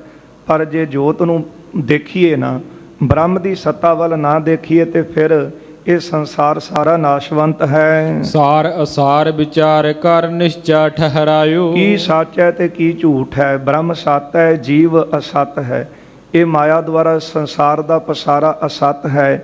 ਇਹ ਵਿਚਾਰ ਸਤਿਗੁਰਾਂ ਦੇ ਨਾਲ ਹੋਈ ਹੈ। ਪਾਰ ਬ੍ਰਹਮ ਪਰਮਾਤਮਾ ਪਰਪੰਚ ਸੁਹਾਇਓ। ਅਕਾਲ ਪੁਰਖ ਪਰਮਾਤਮਾ ਵਾਹਿਗੁਰੂ ਸਤ ਹੈ ਅਤੇ ਵਾਹਿਗੁਰੂ ਜੀ ਦਾ ਇਹ ਸੰਸਾਰ ਸਾਰਾ ਉਹਦਾ ਹੀ ਪਰਪੰਚ ਹੈ। ਪਰਪੰਚ ਹੁੰਦਾ ਕਿ ਜੋ ਕੁਝ ਵਾਸਤਵ ਦੇ ਵਿੱਚ ਦਿਸੇ ਉਹ ਹੋਵੇ ਨਾ। ਇਹ ਸੰਸਾਰ ਵਾਸਤਵ ਦੇ ਵਿੱਚ ਸਾਨੂੰ ਦਿਸ ਰਿਹਾ ਹੈ, ਪਰ ਇਹ ਪਰਪੰਚ। ਸਰੀਰ ਦਿਸਦਾ, ਘਰ-ਬਾਰ, ਪਰਿਵਾਰ, ਮਹਿਲ ਮਾੜੀਆਂ ਦਿਖਦੇ ਤਾਂ ਹੈ ਨੇ, ਪਰ ਹੈ ਇਹ ਸਾਰਾ ਪਰਪੰਚ ਹੀ। ਇੱਕ ਬ੍ਰਹਮ ਅਕਾਲ ਪੁਰਖ ਪਰਮੇਸ਼ਰ ਹੀ ਸਤ ਸਰੂਪ ਹੈ। ਸੁਠ ਪ੍ਰਿਅੰਕ ਪੁਨ ਸ਼ਪਤ ਭੀ ਸ੍ਰੀ ਅਰਜਨ ਨਾਥਾ। ਫਿਰ ਗੁਰੂ ਅਰਜਨ ਦੇਵ ਸਾਹਿਬ ਸੱਚੇ ਪਾਤਸ਼ਾਹ ਜੀ ਵਾਸਤੇ ਸੋਹਣਾ ਪਲੰਘਾ ਲਾਇਆ ਹੈ। ਜਾਮ ਜਾਮਣੀ ਤੇ ਜਗੇ ਸੁਚ ਕਰ ਜਲ ਸਾਥਾ। ਉਸ ਸੋਹਣੇ ਪਲੰਘੇ ਦੇ ਉੱਤੇ ਸਤਿਗੁਰਾਂ ਨੇ ਖਡੂਰ ਸਾਹਿਬ ਦੀ ਪਾਵਨ ਧਰਤੀ ਤੇ ਰਾਤ ਬਤੀਤ ਕੀਤੀ ਹੈ। ਪਹਿਰ ਰਾਤ ਰਹਿੰਦਿਆਂ ਸਤਿਗੁਰੂ ਜੀ ਉੱਠ ਪਏ ਹਨ। ਉੱਠ ਕੇ ਇਸ਼ਨਾਨ ਪਾਨ ਕੀਤਾ ਹੈ। ਪੁਨ ਦਾਸੂ ਕੇ ਦਰਸਕੋ ਗਮਨੇ ਤਿਸ ਡੇਰੇ। ਸਤਿਗੁਰੂ ਜੀ ਫਿਰ ਬਾਬਾ ਦਾਸੂ ਜੀ ਗੁਰੂ ਅੰਗਦ ਦੇਵ ਸਾਹਿਬ ਜੀ ਦੇ ਸੁਪੁੱਤਰ ਨੇ, ਭਗਤੀ ਵਾਲੇ ਹਨ। ਉਹਨਾਂ ਦੇ ਦਰਸ਼ਨ ਕਰਨ ਵਾਸਤੇ ਸਤਿਗੁਰੂ ਆਪ ਚੱਲੇ ਹਨ। ਲਗੀ ਸਮਾਧ ਅਗਾਧ ਹੀ ਬਿਨ ਬਾਦ ਬਡੇਰੇ। ਜਿਨ੍ਹਾਂ ਦੀ ਡੂੰਘੀ ਸਮਾਧੀ ਲੱਗੀ ਹੋਈ ਹੈ, ਉਹਨਾਂ ਦੇ ਦਰਸ਼ਨ ਕਰਨ ਵਾਸਤੇ ਸਤਿਗੁਰੂ ਆਪ ਆਏ ਹਨ। ਬਿਰਤ ਅਖੰਡ ਨਿਸ਼ਚਲ ਟਿਕੀ ਕੋਠੇ ਸ਼ੁਭ ਮਾਹੀ। ਅਖੰਡ ਬਿਰਤੀ ਇੱਕ ਰਸ ਟਿਕੀ ਹੋਈ ਹੈ। ਕੋਠੇ ਦੇ ਉੱਤੇ ਚਬਾਰੇ ਤੇ ਬਾਬਾ ਦਾਸੂ ਜੀ ਬਿਰਾਜਮਾਨ ਹਨ। ਕੀ ਨਿਉ ਥਾਨ ਹਲਾਏ ਕਾ ਕਰ ਯਤਨ ਸੁਤਾਹੀ। ਧੰਨ ਗੁਰੂ ਅਰਜਨ ਦੇਵ ਸਾਹਿਬ ਜੀ ਕੋਲ ਗਏ ਨੇ। ਬਾਬਾ ਦਾਸੂ ਜੀ ਡੂੰਘੀ ਸਮਾਧੀ ਲਾ ਕੇ ਬੈਠੇ ਸਨ। ਜਾ ਕੇ ਸਤਿਗੁਰਾਂ ਨੇ ਬਾਬੇ ਦਾਸੂ ਨੂੰ ਹਲਾਇਆ ਹੈ। ਬਿਕਸੇ ਕਮਲ ਬਿਲੋਚਣੈ ਹਾਲੀ ਮੁਖ ਜੀਹਾ। ਜਦੋਂ ਸਤਿਗੁਰਾਂ ਨੇ ਹਲਾਇਆ ਤੇ ਬਾਬੇ ਦਾਸੂ ਦੇ ਜਿਹੜੇ ਨੇਤਰ ਸੀ ਕਮਲ ਵਰਗੇ ਉਹ ਖਿੜ ਗਏ। ਸ੍ਰੀ ਅਰਜਨ ਚਰਨੀ ਪਰੀ ਬਿਨਤੀ ਕਰ ਦੀਹਾ। ਧੰਨ ਗੁਰੂ ਅਰਜਨ ਦੇਵ ਸਾਹਿਬ ਮਹਾਰਾਜ ਸੱਚੇ ਪਾਤਸ਼ਾਹ ਜੀ ਆਪ ਨਿਮਰਤਾ ਦੇ ਪੁੰਜ ਨੇ। ਸਤਿਗੁਰੂ ਜੀ ਆਪ ਬਾਬੇ ਦਾਸੂ ਨੂੰ ਨਮਸਕਾਰ ਕਰਦੇ ਤੇ ਫਿਰ ਬੇਨਤੀ ਕਰਨ ਲੱਗੇ। ਦਾਸੂ ਨੇ ਦੇਖੇ ਜਬੈ ਕਰ ਬੰਦ ਅਗਾਰੀ। ਜਦੋਂ ਬਾਬੇ ਦਾਸੂ ਜੀ ਨੇ ਸਤਿਗੁਰਾਂ ਵੱਲ ਦੇਖਿਆ ਤੇ ਫਿਰ ਬਾਬੇ ਦਾਸੂ ਨੇ ਵੀ ਉਸ ਵੇਲੇ ਸਤਿਗੁਰਾਂ ਨੂੰ ਨਮਸਕਾਰ ਕੀਤੀ। ਪਰ ਗੁਰੂ ਸਾਹਿਬ ਵਿੱਚ ਕਿੰਨੀ ਨਿਮਰਤਾ। ਗੁਰੂ ਅੰਗਦ ਦੇਵ ਸਾਹਿਬ ਜੀ ਦੇ ਸੁਪੁੱਤਰ ਨੇ ਬਾਬਾ ਦਾਸੂ ਜੀ, ਭਗਤੀ ਦੀ ਮੂਰਤ ਹਨ ਤੇ ਗੁਰੂ ਸਾਹਿਬ ਜੀ ਨੇ ਬੜੇ ਅਦਬ ਦੇ ਨਾਲ ਬਾਬੇ ਦਾਸੂ ਨੂੰ ਨਮਸਕਾਰ ਕੀਤੀ। ਹਾਂਜੀ। ਬੰਦੇ ਪਾਦ ਅਰਬਿੰਦ ਮ੍ਰਿਦ ਮੁਖ ਗਿਰਾ ਉਚਾਰੀ। ਜਦੋਂ ਚਰਨਾਂ ਤੇ ਨਮਸਕਾਰ ਕੀਤੀ ਫਿਰ ਕੋਮਲ ਬਚਨ ਮੁਖੋਂ ਕਹੇ ਹਨ। ਵਿੱਚ ਬਿਸਮਾਦ ਕੇ ਧਿਆਨ ਜਿਹੇ ਮੈਂ ਨਿਤ ਪ੍ਰਤ ਨਾਨਾ। ਹਾਂ, ਕਹਿਣ ਲੱਗੇ ਕਿ ਸਮਾਧੀ ਦੇ ਵਿੱਚ ਅਸੀਂ ਰਹਿੰਦੇ ਹਾਂ ਤੇ ਜਿਨ੍ਹਾਂ ਨੂੰ ਅਸੀਂ ਸਮਾਧੀ ਵਿੱਚ ਯਾਦ ਕਰਦੇ ਸੀ। ਸੋ ਸਰੂਪ ਤੁਮ ਹੀ ਆਹੋ ਮਹਿਦੇ ਮਹੀਆਨਾ। ਉਹ ਸਰੂਪ ਤੁਹਾਡਾ ਹੈ, ਤੁਸੀਂ ਵੱਡੇ ਤੋਂ ਵੱਡੇ ਹੋ। ਇਹ ਬਚਨ ਬਾਬੇ ਦਾਸੂ ਨੇ ਕਹੇ ਨੇ। ਜਦੋਂ ਸਤਿਗੁਰਾਂ ਨੇ ਅਦਬ ਸਤਿਕਾਰ ਰੱਖਦਿਆਂ ਨਮਸਕਾਰ ਕੀਤੀ ਹੈ ਤੇ ਫਿਰ ਬਾਬੇ ਦਾਸੂ ਦੀਆਂ ਅੱਖਾਂ ਖੁੱਲੀਆਂ। ਕੀ ਦੇਖਿਆ? ਗੁਰੂ ਅਰਜਨ ਦੇਵ ਸਾਹਿਬ ਦੇ ਦਰਸ਼ਨ ਹੋਏ। ਬਾਬਾ ਦਾਸੂ ਜੀ ਕਹਿਣ ਲੱਗੇ, ਮਹਾਰਾਜ ਇਦਾਂ ਕਿਉਂ ਕਰਦੇ ਹੋ? ਜਿਨ੍ਹਾਂ ਨੂੰ ਮੈਂ ਸਮਾਧੀ ਵਿੱਚ ਯਾਦ ਕਰ ਰਿਹਾ ਸੀ, ਜਿਨ੍ਹਾਂ ਦੇ ਵਿੱਚ ਮੈਂ ਸੁਰਤ ਜੋੜ ਕੇ ਬੈਠਾ ਸੀ ਨਾ, ਉਹ ਤੁਸੀਂ ਤਾਂ ਹੋ। ਮੈਨੂੰ ਤੁਸੀਂ ਪ੍ਰਤੱਖ ਦਰਸ਼ਨ ਦਿੱਤੇ ਨੇ। ਆਪ ਜੀ ਮਹਾਰਾਜ ਵੱਡੇ ਤੋਂ ਵੱਡੇ ਹੋ।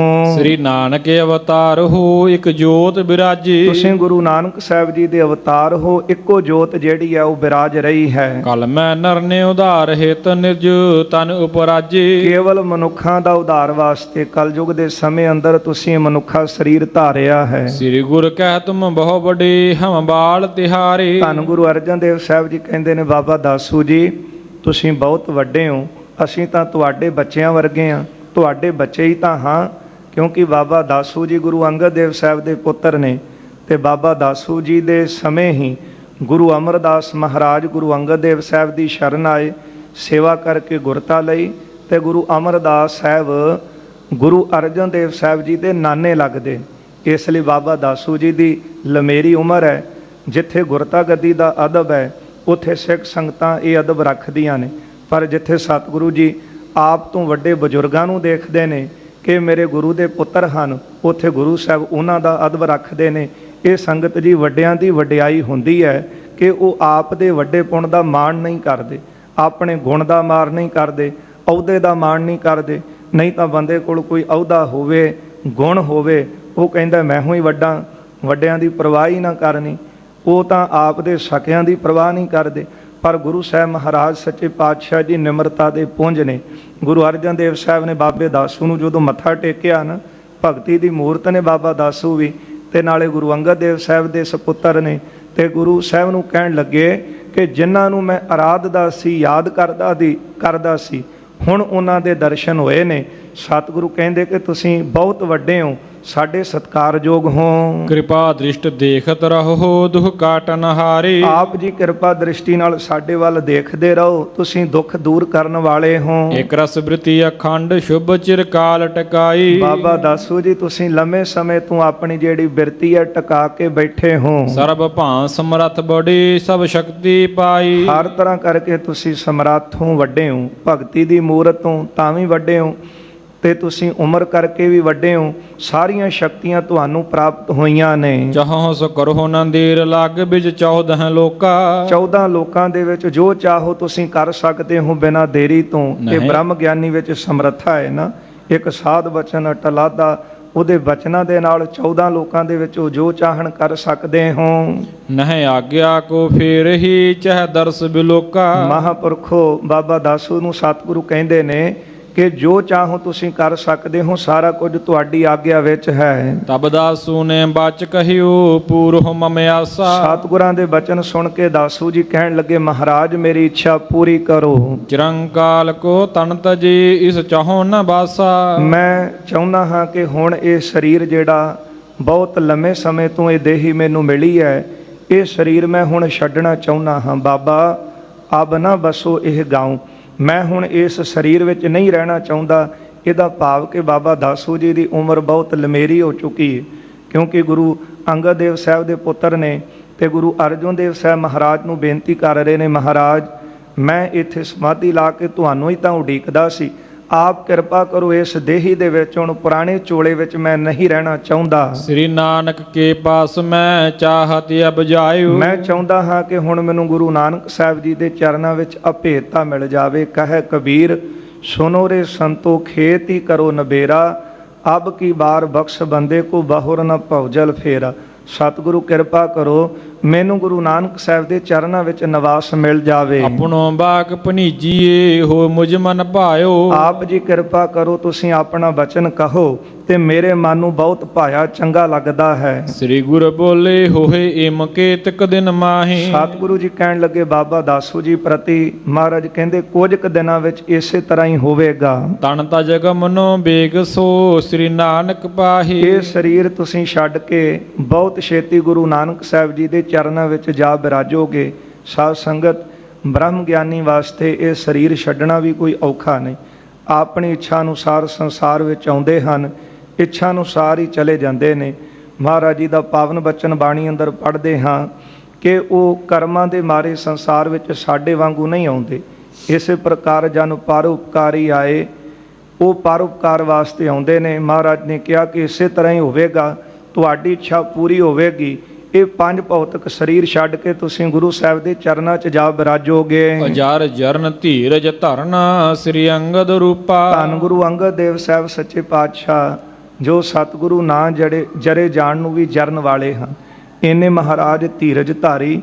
ਇੱਕ ਵਾਰ ਖਡੂਰ ਸਾਹਿਬ ਦੇ ਜਿਹੜੇ ਖਹਿਰੇ ਜੱਟ ਸਨ, ਇਹ ਤਪੇ ਦੇ ਕਹਿਣੇ ਵਿੱਚ ਆ ਗਏ ਤੇ ਗੁਰੂ ਅੰਗਦ ਦੇਵ ਸਾਹਿਬ ਜੀ ਨੂੰ ਖਡੂਰ ਸਾਹਿਬ ਤੋਂ ਬਾਹਰ ਜਾਣ ਵਾਸਤੇ ਕਹਿ ਦਿੱਤਾ। ਉਹ ਤਪੇ ਨੇ ਈਰਖਾਵਸ ਹੋ ਕੇ ਕਿਹਾ ਕਿ ਜਿੰਨਾ ਚਿਰ ਗੁਰੂ ਅੰਗਦ ਦੇਵ ਸਾਹਿਬ ਇੱਥੇ ਨੇ ਮੀਂਹ ਨਹੀਂ ਪੈਣਾ। ਉਹ ਖਹਿਰੇ ਉਹਨਾਂ ਦੀ ਗੱਲ ਵਿੱਚ ਆਏ ਤਪੇ ਦੇ ਕਹਿਣੇ 'ਚ ਤੇ ਮਹਾਰਾਜ ਜੀ ਨੂੰ ਬਾਹਰ ਜਾਣ ਲਈ ਕਿਹਾ। ਸਤਿਗੁਰੂ ਇੰਨੇ ਧੀਰਜ ਧਾਰੀ ਕਿ ਮਹਾਰਾਜ ਉਸੇ ਛਿਨ ਖਡੂਰ ਸਾਹਿਬ ਤੋਂ ਉੱਠੇ ਤੇ ਨੇੜੇ ਅਸਥਾਨ ਹੈ ਖਾਨ ਛਾਪਰੀ, ਜਿੱਥੇ ਅੱਜ ਸੰਗਤ ਜੀ ਸੋਹਣਾ ਸਥਾਨ ਸ਼ਸ਼ੋਭਤ ਹੈ, ਉੱਥੇ ਮਹਾਰਾਜ ਨਗਰ ਤੋਂ ਬਾਰ-ਬਾਰ ਆ ਬਿਰਾਜੇ। ਬਾਬਾ ਅਮਰਦਾਸ ਆਪਣੇ ਨਗਰ ਵਾਸਰਕੇ ਤੋਂ ਜਦੋਂ ਖਡੂਰ ਸਾਹਿਬ ਗਏ ਤੇ ਉੱਥੇ ਗੁਰੂ ਸਾਹਿਬ ਦੇ ਦਰਸ਼ਨ ਨਾ ਹੋਏ। ਸੰਗਤਾਂ ਤੋਂ ਪੁੱਛਿਆ, ਕਿਸੇ ਨੇ ਦੱਸ ਦਿੱਤਾ ਕਿ ਗੁਰੂ ਅੰਗਦ ਦੇਵ ਸਾਹਿਬ ਇਹ ਖਡੂਰ ਸਾਹਿਬ ਛੱਡ ਗਏ ਨੇ। ਪੁੱਛਿਆ ਕਿਉਂ? ਕਹਿੰਦੇ ਤਪੇ ਦੇ ਕਹਿਣ ਤੇ ਇਹਨਾਂ ਜਿਹੜੇ ਜ਼ਿਮੀਂਦਾਰਾਂ ਨੇ ਗੁਰੂ ਸਾਹਿਬ ਨੂੰ ਬਾਹਰ ਭੇਜ ਦਿੱਤਾ ਹੈ। ਉਸ ਵੇਲੇ ਬਾਬਾ ਅਮਰਦਾਸ ਸਤਿਗੁਰਾਂ ਨੇ ਉਹਨਾਂ ਜ਼ਿਮੀਂਦਾਰਾਂ ਨੂੰ ਕਿਹਾ ਕਿ ਹੁਣ ਦੱਸੋ ਕਿ ਮੀਂਹ ਪਿਆ ਤੁਹਾਡੇ ਖੇਤਾਂ 'ਚ? ਕਹਿਣ ਲੱਗੇ ਨਹੀਂ। ਕਹਿੰਦੇ ਹੁਣ ਜ਼ਰੂਰ ਪਵੇਗਾ, ਸਾਡਾ ਬਚਨ ਮੰਨੋ। ਉਹ ਕਹਿਣ ਲੱਗੇ ਦੱਸੋ, ਜੋ ਕਹੋਗੇ ਉਹ ਕਰਾਂਗੇ। ਕਹਿਣ ਲੱਗੇ ਆ ਜਿਹੜਾ ਤਪਾ ਹੈ ਨਾ, ਇਹਨੂੰ ਬਾਹੋਂ ਫੜੋ, ਜਿਹੜੇ ਜਿਹੜੇ ਖੇਤ ਵਿੱਚ ਇਹਦੇ ਸਰੀਰ ਦੇ ਅੰਗ ਜਾਣਗੇ ਉੱਥੇ ਮੀਂਹ ਪਵੇਗਾ, ਪਰ ਸੂਰਜ ਛਪਣ ਤੋਂ ਪਹਿਲਾਂ ਪਹਿਲਾਂ ਇਹਨੂੰ ਲੈ ਜਾਓ। ਉਸੇ ਤਰ੍ਹਾਂ ਕੀਤਾ ਜ਼ਿਮੀਂਦਾਰਾਂ ਨੇ।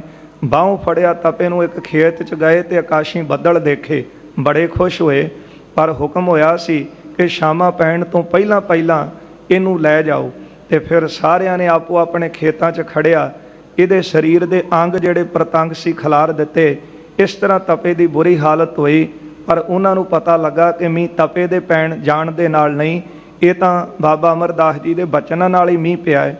ਤੇ ਫਿਰ ਸਾਰੇ ਜ਼ਿਮੀਂਦਾਰਾਂ ਨੇ ਭੁੱਲ ਬਖਸ਼ਾਈ ਤੇ ਫਿਰ ਸਤਿਗੁਰਾਂ ਨੂੰ ਗੁਰੂ ਅੰਗਦ ਦੇਵ ਸਾਹਿਬ ਦੇ ਕੋਲ ਚੱਲ ਕੇ ਆਏ ਤੇ ਮਹਾਰਾਜ ਨੂੰ ਬੇਨਤੀ ਕਰਕੇ ਆਪਣੇ ਨਗਰ 'ਚ ਦੁਬਾਰਾ ਲੈ ਆਏ। ਇਹਨੇ ਸਤਿਗੁਰੂ ਧੀਰਜ ਧਾਰੀ ਕਿ ਸਗੋਂ ਗੁਰੂ ਅੰਗਦ ਦੇਵ ਸਾਹਿਬ ਜੀ ਨੇ ਬਾਬਾ ਅਮਰਦਾਸ ਜੀ ਵੱਲ ਪਿੱਠ ਕਰ ਲਈ। ਤੇ ਮਹਾਰਾਜ ਕਹਿਣ ਲੱਗੇ ਸਤਿਗੁਰੂ ਇਸ ਤਰ੍ਹਾਂ ਪਿੱਠ ਕਰਕੇ ਧੂਰ ਨਾ ਕਰੋ। ਮਹਾਰਾਜ ਕਹਿਣ ਲੱਗੇ ਜਿਹੜਾ ਕੰਮ ਤੁਸੀਂ ਕਰਕੇ ਆਏ ਹੋ ਕਿ ਅਸੀਂ ਨਹੀਂ ਸੀ ਕਰ ਸਕਦੇ। ਪਰ ਫਿਰ ਬਾਬਾ ਅਮਰਦਾਸ ਜੀ ਨੇ ਆਪਣੀ ਭੁੱਲ ਬਖਸ਼ਾਈ। ਇਹਨੇ ਮਹਾਰਾਜ ਧੀਰਜ ਧਾਰੀ ਗੁਰੂ ਅੰਗਦ ਦੇਵ ਸਾਹਿਬ ਜੀ ਕਿ ਨਾ ਜਰੇ ਜਾਣ ਨੂੰ ਵੀ ਸਤਿਗੁਰੂ ਜਰਨ ਵਾਲੇ ਹਨ। ਤੁਮ ਤਿਨ ਕੇ ਬੜ ਪੁੱਤਰ ਹੋ ਚਿਤ ਸ਼ਾਂਤ ਅਨੂਪਾ। ਗੁਰੂ ਅਰਜਨ ਦੇਵ ਸਾਹਿਬ ਜੀ ਕਹਿੰਦੇ ਨੇ ਬਾਬਾ ਦਾਸੂ ਜੀ ਐਸੇ ਦੀਨ ਦਿਆਲ ਸਤਿਗੁਰੂ ਜੀ ਦੇ ਤੁਸੀਂ ਪੁੱਤਰ ਹੋ, ਤੁਹਾਡਾ ਚਿੱਤ ਬਹੁਤ ਸ਼ਾਂਤ ਹੈ। ਦਾਸ ਜਾਨ ਕਿਰਪਾ ਕਰੋ ਆਪਣੇ ਨਿਤ ਜਾਨੋ। ਕਿਰਪਾ ਕਰੋ ਮੈਨੂੰ ਆਪਣਾ ਦਾਸ ਸੇਵਕ ਜਾਣੋ ਤੇ ਆਪਣੀ ਕਿਰਪਾ ਸਾਡੇ ਤੇ ਰੱਖੋ। ਸਿੱਖ ਸਿਖਾਵੋ ਸ਼ੁਭ ਮਤੀ ਜਿਮ ਪੰਥ ਮਹਾਨੋ। ਸਾਨੂੰ ਚੰਗੀ ਮੱਤ ਦਵੋ ਤੇ ਜਿਹੜਾ ਸ਼ੁਭ ਪੰਥ ਹੈ ਨਾ, ਸਿੱਖੀ ਦਾ ਮਾਰਗ, ਉਹ ਕਿਰਪਾ ਕਰਕੇ ਸਾਨੂੰ ਦੱਸੋ, ਕਿਉਂਕਿ ਤੁਸੀਂ ਵੱਡੇ ਹੋ, ਤੁਸੀਂ ਸਿੱਖੀ ਕਮਾਈ ਹੈ। ਗੁਰੂ ਨਾਨਕ ਸਾਹਿਬ ਜੀ ਦੇ ਦਰਸ਼ਨ ਤੁਸੀਂ ਕੀਤੇ ਨੇ। ਗੁਰੂ ਅੰਗਦ ਦੇਵ ਸਾਹਿਬ ਸੱਚੇ ਪਾਤਸ਼ਾਹ ਦੇ ਪੁੱਤਰ ਹੋ, ਬਾਬਾ ਅਮਰਦਾਸ ਗੁਰੂ ਅਮਰਦਾਸ ਸਾਹਿਬ ਜੀ ਦੀ ਸੰਗਤ ਵਿੱਚ ਰਹੇ ਹੋ। ਆਪ ਕਿਰਪਾ ਕਰਕੇ ਸਾਨੂੰ ਸਿੱਖੀ ਦਾ ਮਾਰਗ ਦੱਸੋ, ਤੇ ਜੇ ਵੱਡਿਆਂ ਕੋਲੋਂ ਪੁੱਛ ਲਈਏ ਤੇ ਪੁੱਛਣਾ ਯੋਗ ਵੀ, ਨਾਲੇ ਬਾਬਾ ਦਾਸੂ ਜੀ ਭਗਤੀ ਦੀ ਅੰਸ਼ ਨੇ। ਗੁਰੂ ਸਤਿਗੁਰੂ ਅਰਜਨ ਦੇਵ ਸਾਹਿਬ ਆਪ ਸਮਰੱਥ ਗੁਰੂ ਨੇ, ਪਰ ਫਿਰ ਵੀ ਇੰਨਾ ਮਾਣ ਸਤਿਕਾਰ ਦਿੱਤਾ। ਮਹਾਰਾਜ ਕਹਿਣ ਲੱਗੇ ਤੁਸੀਂ ਸਾਨੂੰ ਸਿੱਖੀ ਦਾ ਮਾਰਗ ਦੱਸੋ। ਇਮ ਕਹਿ ਠਾਨੀ ਨਮੋ ਪਦ ਪਰ ਕਰਮਾਂ ਦੀਨੀ। ਇਹ ਬਚਨ ਕਹਿ ਕੇ ਗੁਰੂ ਅਰਜਨ ਦੇਵ ਸਾਹਿਬ ਜੀ ਨੇ ਬਾਬੇ ਦਾਸੂ ਦੇ ਚਰਨਾਂ ਤੇ ਨਮਸਕਾਰ ਕੀਤੀ। ਬਿਰਧ ਉਹਨਾਂ ਦਾ ਸਰੀਰ ਸੀ ਤੇ ਉਹਨਾਂ ਦੀਆਂ ਪਰਿਕਰਮਾ ਆਪ ਕੀਤੀਆਂ। ਅਪਰ ਭਣੀ ਬਹੁ ਬੇਨਤੀ ਮਹਿਮਾ ਬੜ ਚੀਨੀ। ਹੋਰ ਇਹਨਾਂ ਦੀ ਵੱਡੀ ਮਹਿਮਾ ਜਾਣ ਕੇ ਫਿਰ ਬੇਨਤੀਆਂ ਕੀਤੀਆਂ। ਨਵ ਆਏ ਸਲੇ ਨਿਕਸੇ ਸਦਨ ਪੇ ਚਲਬੇ ਤਿਆਰੂ। ਇਹਨਾਂ ਦੀ ਆਗਿਆ ਲੈ ਕੇ ਘਰੋਂ ਬਾਹਰ ਨਿਕਲੇ, ਸਤਿਗੁਰੂ ਚੱਲਣ ਵਾਸਤੇ ਤਿਆਰ ਹੋਏ ਨੇ। ਤਬ ਦਾਤੂ ਕਰ ਜੋਰ ਕੈ ਇਮ ਬਾਗ ਉਚਾਰੂ। ਫਿਰ ਗੁਰੂ ਅਰਜਨ ਦੇਵ ਸਾਹਿਬ ਨੂੰ ਬਾਬੇ ਦਾਤੂ ਨੇ ਦੋਵੇਂ ਹੱਥ ਜੋੜ ਕੇ ਬੇਨਤੀ ਕੀਤੀ ਹੈ। ਸ੍ਰੀ ਅੰਮ੍ਰਿਤਸਰ ਸਮ ਲਖੋ ਬਸਿਆ ਇਸ ਥਾਨੂ। ਸਤਿਗੁਰੂ ਜੀ ਆਪ ਜੀ ਕਿਰਪਾ ਕਰੋ, ਇਹ ਖਡੂਰ ਸਾਹਿਬ ਨਗਰ ਗੁਰੂ ਸਾਹਿਬ ਦੀ ਵਸਾਈ ਨਗਰੀ ਹੈ। ਇਹਨੂੰ ਅੰਮ੍ਰਿਤਸਰ ਦੇ ਸਮਾਨ ਜਾਣ ਕੇ ਆਪ ਕਿਰਪਾ ਕਰਕੇ ਇੱਥੇ ਹੀ ਆਪਣਾ ਨਿਵਾਸ ਰੱਖੋ। ਮਿਲੇ ਰਹਿ ਹਰਖੈ ਦਰਸ ਗੁਣ ਗਿਆਨ ਨਿਧਾਨੂ। ਆਪ ਜੀ ਗਿਆਨ ਦੇ ਸਾਗਰ ਹੋ, ਇੱਥੇ ਤੁਹਾਡੇ ਨਾਲ ਮਿਲ ਕੇ ਰਹੀਏ। ਤੁਸੀਂ ਕਿਰਪਾ ਕਰਕੇ ਸਾਨੂੰ ਦਰਸ਼ਨਾਂ ਦਾ ਸੁਖ ਦੇਵੋ। ਸੁਣ ਧੀਰਜ ਸਤਿਗੁਰ ਦਈ ਹੋਏ ਤਿਆਰ ਚਲੇ ਹੈ। ਸੁਣ ਕੇ ਸਤਿਗੁਰਾਂ ਨੇ ਦਾਤੂ ਜੀ ਨੂੰ ਧੀਰਜ ਦਿੱਤਾ ਹੈ। ਫਿਰ ਮਹਾਰਾਜ ਤਿਆਰ ਹੋ ਕੇ ਖਡੂਰ ਸਾਹਿਬ ਤੋਂ ਅੰਮ੍ਰਿਤਸਰ ਨੂੰ ਚੱਲ ਪਏ ਨੇ। ਖਾਸੇ ਪਰ ਪੁਸਤਕ ਸ਼ੁਭਤ ਸ਼ੁਭ ਚਮਰ ਟੁਲੇ ਹੈ। ਸੋਹਣੀਆਂ ਪੋਥੀਆਂ ਪਾਲਕੀ ਸਾਹਿਬ 'ਚ ਬਿਰਾਜਮਾਨ ਕੀਤੀਆਂ ਨੇ। ਆਪਣੇ ਹੱਥ ਵਿੱਚ ਸਤਿਗੁਰਾਂ ਨੇ ਚੌਰ ਸਾਹਿਬ ਲਿਆ ਹੈ। ਪੋਥੀਆਂ ਦੇ ਉੱਤੇ ਸਤਿਗੁਰੂ ਚੌਰ ਝੁਲਾ ਰਹੇ ਹਨ। ਰਾਗੀ ਕਰਤੇ ਕੀਰਤਨ ਬਹੁ ਸਾਜ ਬਜਾਏ। ਜਿਹੜੇ ਰਾਗੀ ਨੇ ਉਹ ਕੀਰਤਨ ਕਰ ਰਹੇ ਨੇ ਆਪਣੇ ਸਾਜ਼ਾਂ ਦੇ ਨਾਲ। ਤਬ ਸੰਖਨ ਕੀ ਧੁਨ ਪਈ ਸੁਮਨਸ ਬਰਸਾਏ। ਸ਼ੰਖ ਅੱਗੇ ਪੂਰੇ ਜਾ ਰਹੇ ਨੇ, ਬਹੁਤੀ ਆਵਾਜ਼ ਸ਼ੰਖਾਂ ਦੀ ਹੁੰਦੀ ਹੈ। ਸਿੱਖ ਸੰਗਤਾਂ ਪੋਥੀਆਂ ਦੇ ਉੱਤੇ ਪਾਲਕੀ ਸਾਹਿਬ ਦੇ ਉੱਤੇ ਫੁੱਲਾਂ ਦੀਆਂ ਵਰਖਾ ਕਰਦੀਆਂ ਨੇ। ਲਗ ਦੁੰਦਬ ਮਿਰਦ ਬਾਜਤੇ ਤੁਰਹੀ ਸੋ ਨਫੀਰੀ। ਛੋਟੇ ਨਗਾਰੇ ਦੁੰਦਬੀਆਂ ਅਤੇ ਨਫੀਰੀਆਂ ਵੱਜਦੀਆਂ ਨੇ। ਜੈ ਜੈਕਾਰ ਉਚਾਰਤੇ ਚੌਂ ਦਿਸ਼ ਮਹਿ ਭੀਰੀ। ਚਾਰੇ ਪਾਸੇ ਸੰਗਤ ਦੀ ਵੱਡੀ ਭੀੜ ਹੈ। ਜੈ ਜੈਕਾਰ ਦੀ ਧੁਨ ਹੋ ਰਹੀ ਹੈ। ਕਰਤ ਮੰਗਲਾਚਾਰ ਕੋ ਬਹੁ ਧੂਪ ਦੁਖਾਵੈ। ਬਹੁਤੀ ਧੂਪ ਦੁਖਾਈ ਹੈ ਅਤੇ ਮੰਗਲਾਚਾਰ ਖੁਸ਼ੀ ਦੇ ਵਿੱਚ ਕੀਰਤਨ ਕਰਦੀਆਂ ਸੰਗਤਾਂ ਅੰਮ੍ਰਿਤਸਰ ਨੂੰ ਆ ਰਹੀਆਂ ਨੇ। ਮੰਦ ਮੰਦ ਸ੍ਰੀ ਸਤਿਗੁਰੂ ਪਾਸ਼ੇ ਤਿਸ ਜਾਵੈ। ਹੌਲੀ ਹੌਲੀ ਸਤਿਗੁਰੂ ਜੀ ਪਾਲਕੀ ਸਾਹਿਬ ਦੇ ਪਿੱਛੇ ਆ ਰਹੇ ਹਨ। ਏਕ ਕੋਸ ਚੱਲ ਕੈ ਟਿਕੇ ਦਾਤੂ ਸੰਗ ਭਾਖੀ। ਮਹਾਰਾਜ ਜਦੋਂ ਖਡੂਰ ਸਾਹਿਬ ਤੋਂ ਇੱਕ ਕੋ ਦੂਰ ਆਏ ਨੇ, ਬਾਬਾ ਦਾਤੂ ਜੀ ਵੀ ਨਾਲ ਸਨ। ਉਹਨਾਂ ਦੇ ਤਾਈਂ ਸਤਿਗੁਰਾਂ ਨੇ ਬਚਨ ਕਹੇ, ਹਟਹੁ ਆਪ ਕਰੁਣਾ ਕਰੋ ਪੂਰੀ ਅਬਿਲਾਖੀ। ਮਹਾਰਾਜ ਕਹਿੰਦੇ ਆਪ ਜੀ ਕਿਰਪਾ ਕਰੋ, ਹੁਣ ਇੱਥੋਂ ਆਪਣੇ ਨਗਰ ਨੂੰ ਤੁਸੀਂ ਵਾਪਸ ਚਲੇ ਜਾਓ ਤੇ ਸਾਡੀ ਇੱਛਾ ਪੂਰੀ ਹੋਈ ਹੈ। ਸਿਮਰੋ ਆਪਣੇ ਜਾਣ ਕੈ ਹਮਦਾਸ ਤਿਹਾਰੇ। ਆਪਣੇ ਜਾਣ ਕੇ ਸਾਨੂੰ ਯਾਦ ਰੱਖਿਓ, ਅਸੀਂ ਤੁਹਾਡੇ ਦਾਸ ਹਾਂ। ਕਰੀ ਪਰਸਪਰ ਬੰਦਨਾ ਉਰ ਪ੍ਰੇਮ ਉਧਾਰੇ। ਆਪਣੇ ਹਿਰਦੇ ਵਿੱਚ ਬਹੁਤਾ ਪਿਆਰ ਵਧਾਇਆ ਤੇ ਇੱਕ ਦੂਜੇ ਨੂੰ ਨਮਸਕਾਰਾਂ ਕੀਤੀਆਂ ਨੇ। ਸ੍ਰੀ ਦਾਤੂ ਕਰ ਕੋ ਹਟਿਓ ਮਨ ਆਨੰਦ ਹੋਵਾ। ਬਾਬਾ ਦਾਤੂ ਜੀ ਮਨ ਵਿੱਚ ਬਹੁਤਾ ਸੁਖ ਧਾਰ ਕੇ ਆਪਣੇ ਨਗਰ ਨੂੰ ਵਾਪਸ ਮੁੜ ਗਏ। ਚਤੁਰ ਗੁਰੂ ਕੋ ਰੂਪ ਅਬ ਸ੍ਰੀ ਅਰਜਨ ਜੋਵਾ। ਚਾਰਾਂ ਪਾਤਸ਼ਾਹੀਆਂ ਦਾ ਸਰੂਪ ਗੁਰੂ ਅਰਜਨ ਦੇਵ ਸਾਹਿਬ ਨੂੰ ਦੇਖਿਆ। ਮਹਿਮਾ ਮਹਾ ਵਿਚਾਰ ਤੂੰ ਬੜ ਅਜਮਤ ਵਾਨਾ। ਸਤਿਗੁਰਾਂ ਦੀ ਵੱਡੀ ਮਹਿਮਾ ਵਿਚਾਰਦੇ ਨੇ ਕਿ ਬਹੁਤੇ ਸਤਿਗੁਰੂ ਜੀ ਅਜਮਤ ਵਾਲੇ ਹਨ। ਬਹੁਤ ਗਰੀਬੀ ਕੀ ਸਹਿਤ ਨਿਤ ਕਿਰਪਾ ਨਿਦਾਨਾ। ਫਿਰ ਸਤਿਗੁਰੂ ਕਿਰਪਾ ਦੇ ਖਜ਼ਾਨੇ ਨੇ ਤੇ ਅਤ ਦਰਜੇ ਦੀ ਸਤਿਗੁਰਾਂ ਦੇ ਵਿੱਚ ਨਿਮਰਤਾ ਹੈ। ਭਾਵੇਂ ਗੁਰਤਾ ਤੇ ਬਿਰਾਜਮਾਨ ਨੇ ਪਰ ਬਹੁਤ ਜ਼ਿਆਦੀ ਨਿਮਰਤਾ ਗਰੀਬੀ ਸਤਿਗੁਰਾਂ ਦੇ ਅੰਦਰ ਹੈ। ਸ੍ਰੀ ਸਤਿਗੁਰ ਪਗੜ ਨਗਨ ਤੇ ਪਾਸ਼ੇ ਪ੍ਰਸਥਾਨੇ। ਗੁਰੂ ਅਰਜਨ ਦੇਵ ਸਾਹਿਬ ਜੀ ਪੋਥੀਆਂ ਪਾਲਕੀ 'ਚ ਬਿਰਾਜਮਾਨ ਨੇ। ਆਪ ਸਤਿਗੁਰੂ ਜੀ ਨੰਗੇ ਪੈਰੀਂ ਪਾਲਕੀ ਦੇ ਪਿੱਛੇ ਜਾ ਰਹੇ ਹਨ। ਆਗੇ ਖਾਸਾ ਪੋਥੀਆਂ ਸਿੱਖ ਕੰਥ ਬਿਆਨੇ। ਅੱਗੇ ਪੋਥੀਆਂ ਜਿਹੜੀਆਂ ਨੇ ਉਹ ਪਾਲਕੀ ਦੇ ਵਿੱਚ ਬਿਰਾਜਮਾਨ ਕੀਤੀਆਂ ਨੇ। ਸਿੱਖਾਂ ਨੇ ਉਹ ਪਾਲਕੀ ਆਪਣੇ ਮੋਢਿਆਂ ਤੇ ਚੁੱਕੀ ਹੈ। ਚਮਰ ਚਾਰ ਦੋਹਾਂ ਦਿਸ਼ ਟੁਰਤ ਬਹੁ ਸੰਖ ਬਜਾਵੈ। ਬਹੁਤੇ ਸੰਖ ਵੱਜ ਰਹੇ ਨੇ, ਚਾਰੇ ਪਾਸੇ ਚੌਰ ਹੋ ਰਿਹਾ ਹੈ। ਇਮ ਮੰਗਲ ਕੋ ਕਰਤ ਹੀ ਉਤਰ ਦਿਸ਼ ਜਾਵੈ। ਇਸ ਤਰ੍ਹਾਂ ਚਿੱਤ ਵਿੱਚ ਆਨੰਦ ਧਾਰ ਕੇ ਸਾਰੇ ਉੱਤਰ ਦਿਸ਼ਾ ਵੱਲ ਆ ਰਹੇ ਹਨ। ਸਣੇ ਸਣੇ ਸਭ ਹੀ ਚਲਤ ਮਨ ਨਮਰ ਕਰੰਤੀ। ਹੌਲੀ ਹੌਲੀ ਸਾਰੇ ਚੱਲਦੇ ਨੇ ਆਪਣੇ ਮਨ ਨੂੰ ਸਨਿਮਰ ਕਰਕੇ। ਸ੍ਰੀ ਅਰਜਨ ਉਰ ਭਾਉ ਪੇਖ ਬਲਿਹਾਰ ਹੋਵੰਤੀ। ਗੁਰੂ ਅਰਜਨ ਦੇਵ ਸਾਹਿਬ ਜੀ ਦੇ ਹਿਰਦੇ ਦਾ ਪਿਆਰ ਦੇ ਕੇ ਸਿੱਖ ਬਲਿਹਾਰ ਜਾਂਦੇ ਜਾਂਦੇ ਹਨ। ਸੁਦਾ ਸਰੋਵਰ ਕੋਸ ਦੋਏ ਜਬ ਰਹਿਓ ਆਗਾਰੇ। ਜਦੋਂ ਅੰਮ੍ਰਿਤਸਰ ਨਗਰ 2 ਕੋ ਦੂਰੀ ਤੇ ਰਹਿ ਗਿਆ, ਸੋਚ ਕਰਨ ਹਿਤ ਸਭ ਟਿਕੇ ਖਾਸਾ ਸੋ ਉਤਾਰੇ। ਫਿਰ ਪਾਲਕੀ ਉੱਥੇ ਬਿਰਾਜਮਾਨ ਕੀਤੀ ਹੈ। ਸਾਰੇ ਸੋਚ ਪਵਿੱਤਰ ਹੋਣ ਵਾਸਤੇ, ਆਪਣੇ ਇਸ਼ਨਾਨ ਪਾਨ ਕਰਨ ਵਾਸਤੇ ਉੱਥੇ ਰੁਕ ਗਏ ਹਨ। ਜਾਮ ਦਿਵਸ ਬਾਕੀ ਰਹਿਓ ਥਿਤ ਭੇਜ ਸਕਾਲਾ। ਇੱਕ ਪੈਰ ਦਿਨ ਬਾਕੀ ਰਹਿੰਦਾ ਸੀ। ਉੱਥੇ ਸਿੱਖ ਸੰਗਤਾਂ ਅੰਮ੍ਰਿਤਸਰ ਨਗਰ ਤੋਂ ਥੋੜੀ ਦੂਰੀ ਤੇ ਰੁਕ ਗਈਆਂ। ਇੱਕ ਪੈਰ ਭਾਵ 3 ਵਜੇ ਦਾ ਸਮਾਂ ਹੋਵੇਗਾ। ਇਹ ਪਾਲਕੀ ਬਾਹਰ ਹੀ ਰੋਕ ਲਈ ਨਗਰ ਤੋਂ। ਕਰੀ ਸੋਚ ਸਭ ਹੂੰ ਤਹਾਂ ਔਰ ਹਰਖ ਵਿਸਾਲਾ। ਸਾਰਿਆਂ ਨੇ ਚਿੱਤ ਵਿੱਚ ਪ੍ਰਸੰਨ ਹੋ ਕੇ ਇਸ਼ਨਾਨ ਪਾਨ ਕੀਤੇ ਹਨ। ਪ੍ਰਵਿਸ਼ੇ ਚਾਹਤ ਨਿਜਪੁਰੀ ਕਰ ਕਾਰਜ ਆਏ। ਵੱਡਾ ਕਾਰਜ ਕਰਕੇ ਆਏ ਹਨ। ਅੰਮ੍ਰਿਤਸਰ ਨਗਰੀ ਵਿੱਚ ਪ੍ਰਵੇਸ਼ ਹੋਣਾ ਚਾਹੁੰਦੇ ਹਨ। ਸੰਖਨ ਬਾਦਤ ਸ਼ਬਦ ਕੋ ਤੁਨ ਊਚ ਉਠਾਏ। ਉੱਚੀ ਉੱਚੀ ਸੰਖਾਂ ਦੀ ਜਿਹੜੀ ਧੁਨੀ ਹੈ ਉਹ ਪ੍ਰਗਟ ਹੋ ਰਹੀ ਹੈ। ਉੱਚੀ ਆਵਾਜ਼ ਸੰਖਾਂ ਦੀ ਹੋਈ ਹੈ।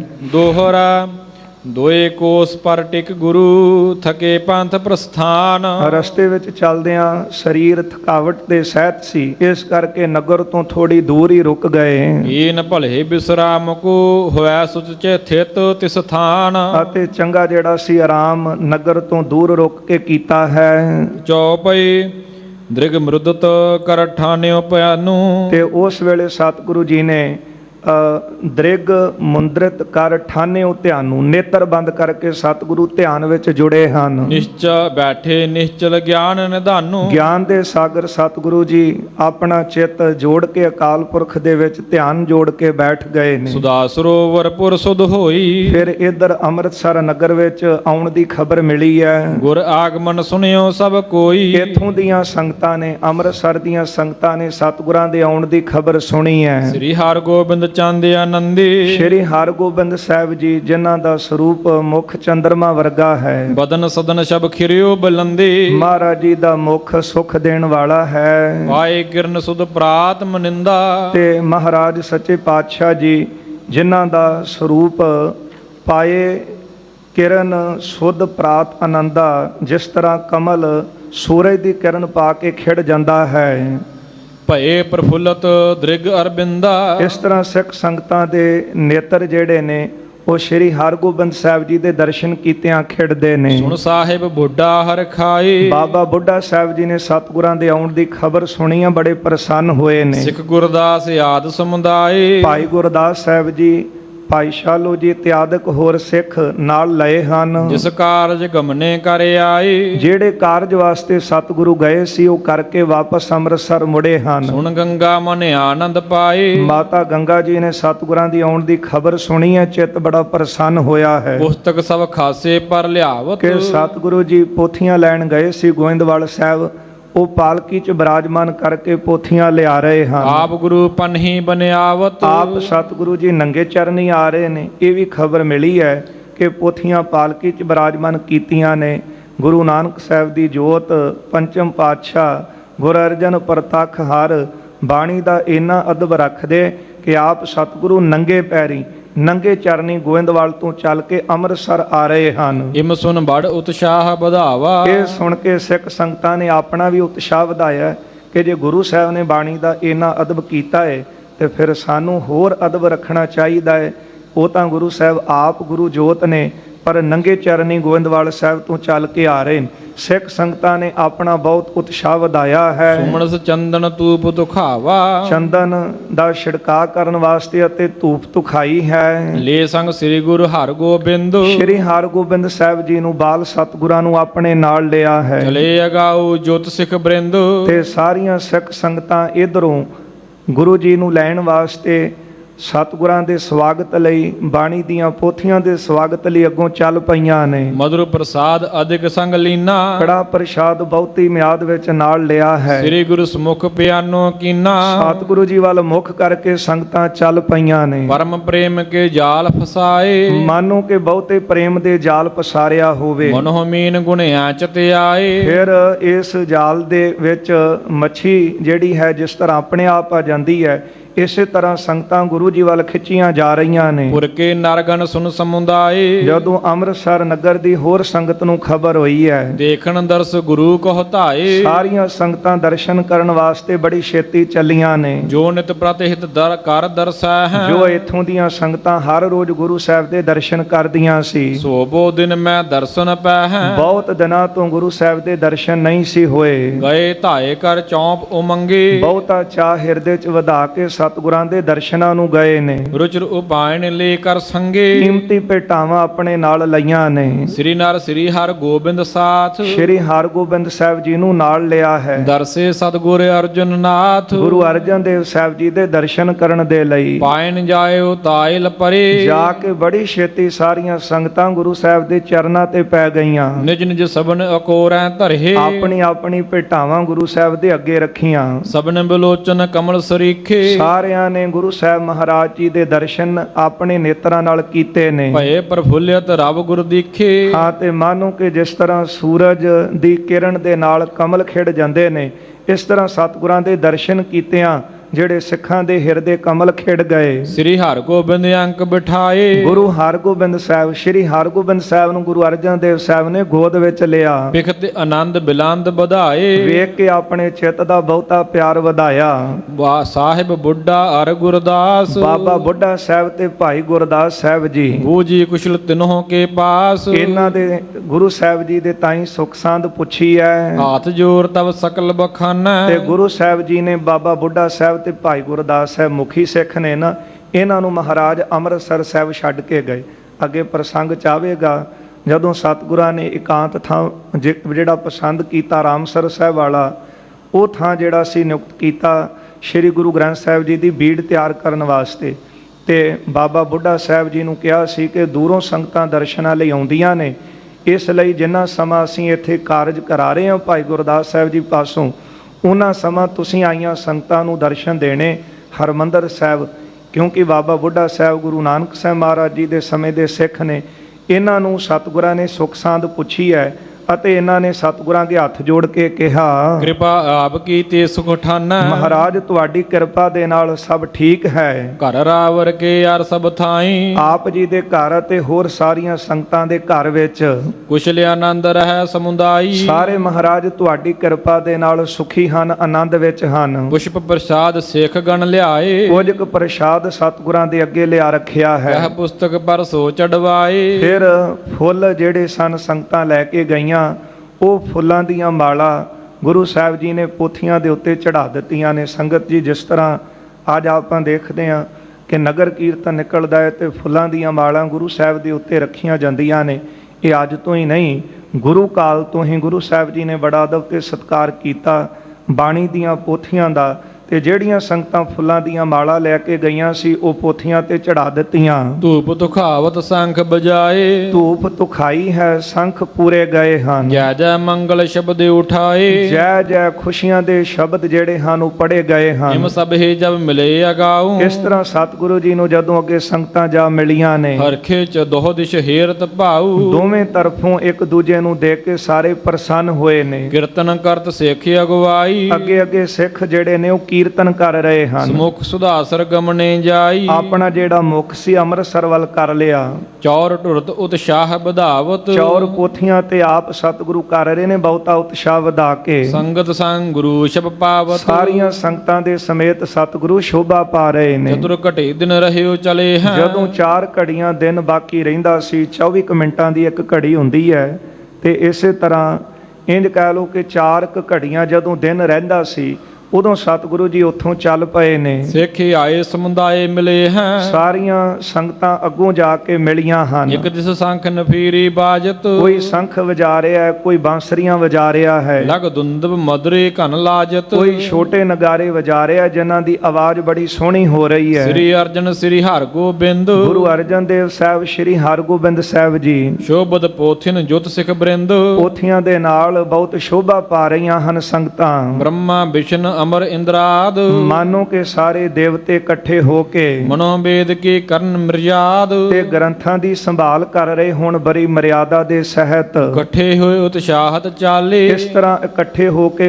ਚਿੱਤ ਵਿੱਚ ਬਹੁਤਾ ਉਤਸ਼ਾਹ ਵਧਾ ਕੇ ਚੱਲ ਪਏ ਨੇ। ਨਗਰ ਸੁਧਾਸਰ ਬੈਕੁੰਠ ਆਲੇ ਇਹ ਜਿਹੜਾ ਨਗਰ ਸੁਦਾਸਰ ਅੰਮ੍ਰਿਤਸਰ ਨਗਰ ਬੈਕੁੰਠ ਹੈ, ਕਿਉਂਕਿ ਇਹਦੇ ਤੋਂ ਉੱਪਰ ਕਿਹੜਾ ਬੈਕੁੰਠ, ਇਹ ਨਗਰੀ ਹੀ ਅੰਮ੍ਰਿਤਸਰ ਦੀ ਬੈਕੁੰਠਪੁਰੀ ਹੈ। ਖਾਸਾ ਫੂਲ ਮਾਲ ਜੁਤਿਆਗੇ ਪਾਲਕੀ ਦੇ ਉੱਪਰ ਫੁੱਲਾਂ ਦੀਆਂ ਮਾਲਾ ਚੜਾਈਆਂ ਨੇ। ਸ੍ਰੀ ਗੁਰ ਜਿਤ ਸਿੱਖ ਪਾਸ਼ਹਿ ਲਾਗੇ ਗੁਰੂ ਅਰਜਨ ਦੇਵ ਸਾਹਿਬ ਮਹਾਰਾਜ ਅਤੇ ਸਿੱਖ ਸੰਗਤਾਂ ਪਾਲਕੀ ਦੇ ਪਿੱਛੇ ਚੱਲ ਰਹੀਆਂ ਨੇ। ਜੈ ਜੈ ਸ਼ਬਦ ਕਰਤ ਚਲ ਜਾਹੀ ਜੈ ਜੈਕਾਰ ਦੇ ਸ਼ਬਦ ਪੜ੍ਹਦਿਆਂ ਚੱਲ ਰਹੇ ਹਨ। ਪਹੁੰਚਤ ਭਏ ਜਾਏ ਕਰ ਪਾਹੀ ਅੰਮ੍ਰਿਤ ਸਰੋਵਰ ਜਿਹੜਾ ਹੈ ਇਹਦੇ ਨੇੜੇ ਪਹੁੰਚ ਗਏ ਹਨ। ਸੁਧਾ ਸਰੋਵਰ ਪੂਰਬ ਪਾਸੇ ਅੰਮ੍ਰਿਤ ਸਰੋਵਰ ਦੇ ਪੂਰਬ ਵਾਲੇ ਪਾਸੇ ਥੜਾ ਨਾਮ ਆਏ ਅਬ ਲਗੋ ਪ੍ਰਕਾਸੇ ਜਿੱਥੇ ਥੜਾ ਸਾਹਿਬ ਹੈ ਇੱਥੇ ਆ ਕੇ ਪੋਥੀਆਂ ਦਾ ਪ੍ਰਕਾਸ਼ ਕੀਤਾ ਹੈ। ਕਵੀ ਜੀ ਕਹਿੰਦੇ ਨੇ, ਸੰਗਤ ਜੀ ਜਿੱਥੇ ਹੁਣ ਤੱਕ ਉਹ ਥੜਾ ਸਾਹਿਬ ਮੌਜੂਦ ਹੈ ਅੰਮ੍ਰਿਤ ਸਰੋਵਰ ਤੋਂ ਪੂਰਬ ਵਾਲੇ ਪਾਸੇ, ਉਹ ਥੜਾ ਜਿੱਥੇ ਦੁੱਖ ਭੰਜਨੀ ਬੇਰੀ ਤੇ ਆਪ ਇਸ਼ਨਾਨ ਕਰਦੇ ਉਹਦੇ ਨੇੜੇ ਉਹ ਥੜਾ ਬਿਰਾਜਮਾਨ ਹੈ। ਇਹ ਥੜੇ ਤੇ ਲਿਆ ਕੇ ਸਤਿਗੁਰਾਂ ਨੇ ਪੋਥੀਆਂ ਜਿਹੜੀਆਂ ਸੀ ਉਹ ਬਿਰਾਜਮਾਨ ਕੀਤੀਆਂ ਹਨ। ਸੋ ਇਹ ਥੜਾ ਸਾਹਿਬ ਦੇ ਅੱਜ ਵੀ ਆਪਾਂ ਦਰਸ਼ਨ ਕਰਦੇ ਹਾਂ। ਫਿਰ ਸਤਿਗੁਰੂ ਧੰਨ ਗੁਰੂ ਅਰਜਨ ਦੇਵ ਸਾਹਿਬ ਜੀ ਨੇ ਬਾਬਾ ਬੁੱਢਾ ਸਾਹਿਬ ਜੀ ਨੂੰ ਕਿਹਾ, ਬਾਬਾ ਜੀ ਸਾਰੀ ਰਾਤ ਪੋਥੀਆਂ ਤੇ ਚੌਰ ਕਰਨਾ ਤੁਸੀਂ ਤੇ ਸਿੱਖ ਸੰਗਤਾਂ ਕੀਰਤਨ ਕਰਨਗੀਆਂ। ਫਿਰ ਗੁਰੂ ਅਰਜਨ ਦੇਵ ਸਾਹਿਬ ਮਹਾਰਾਜ ਇਕਾਂਤ ਥਾਂ ਨਿਯੁਕਤ ਕਰਨਗੇ, ਉਹ ਥਾਂ ਸ਼੍ਰੀ ਰਾਮਸਰ ਸਾਹਿਬ ਵਾਲਾ।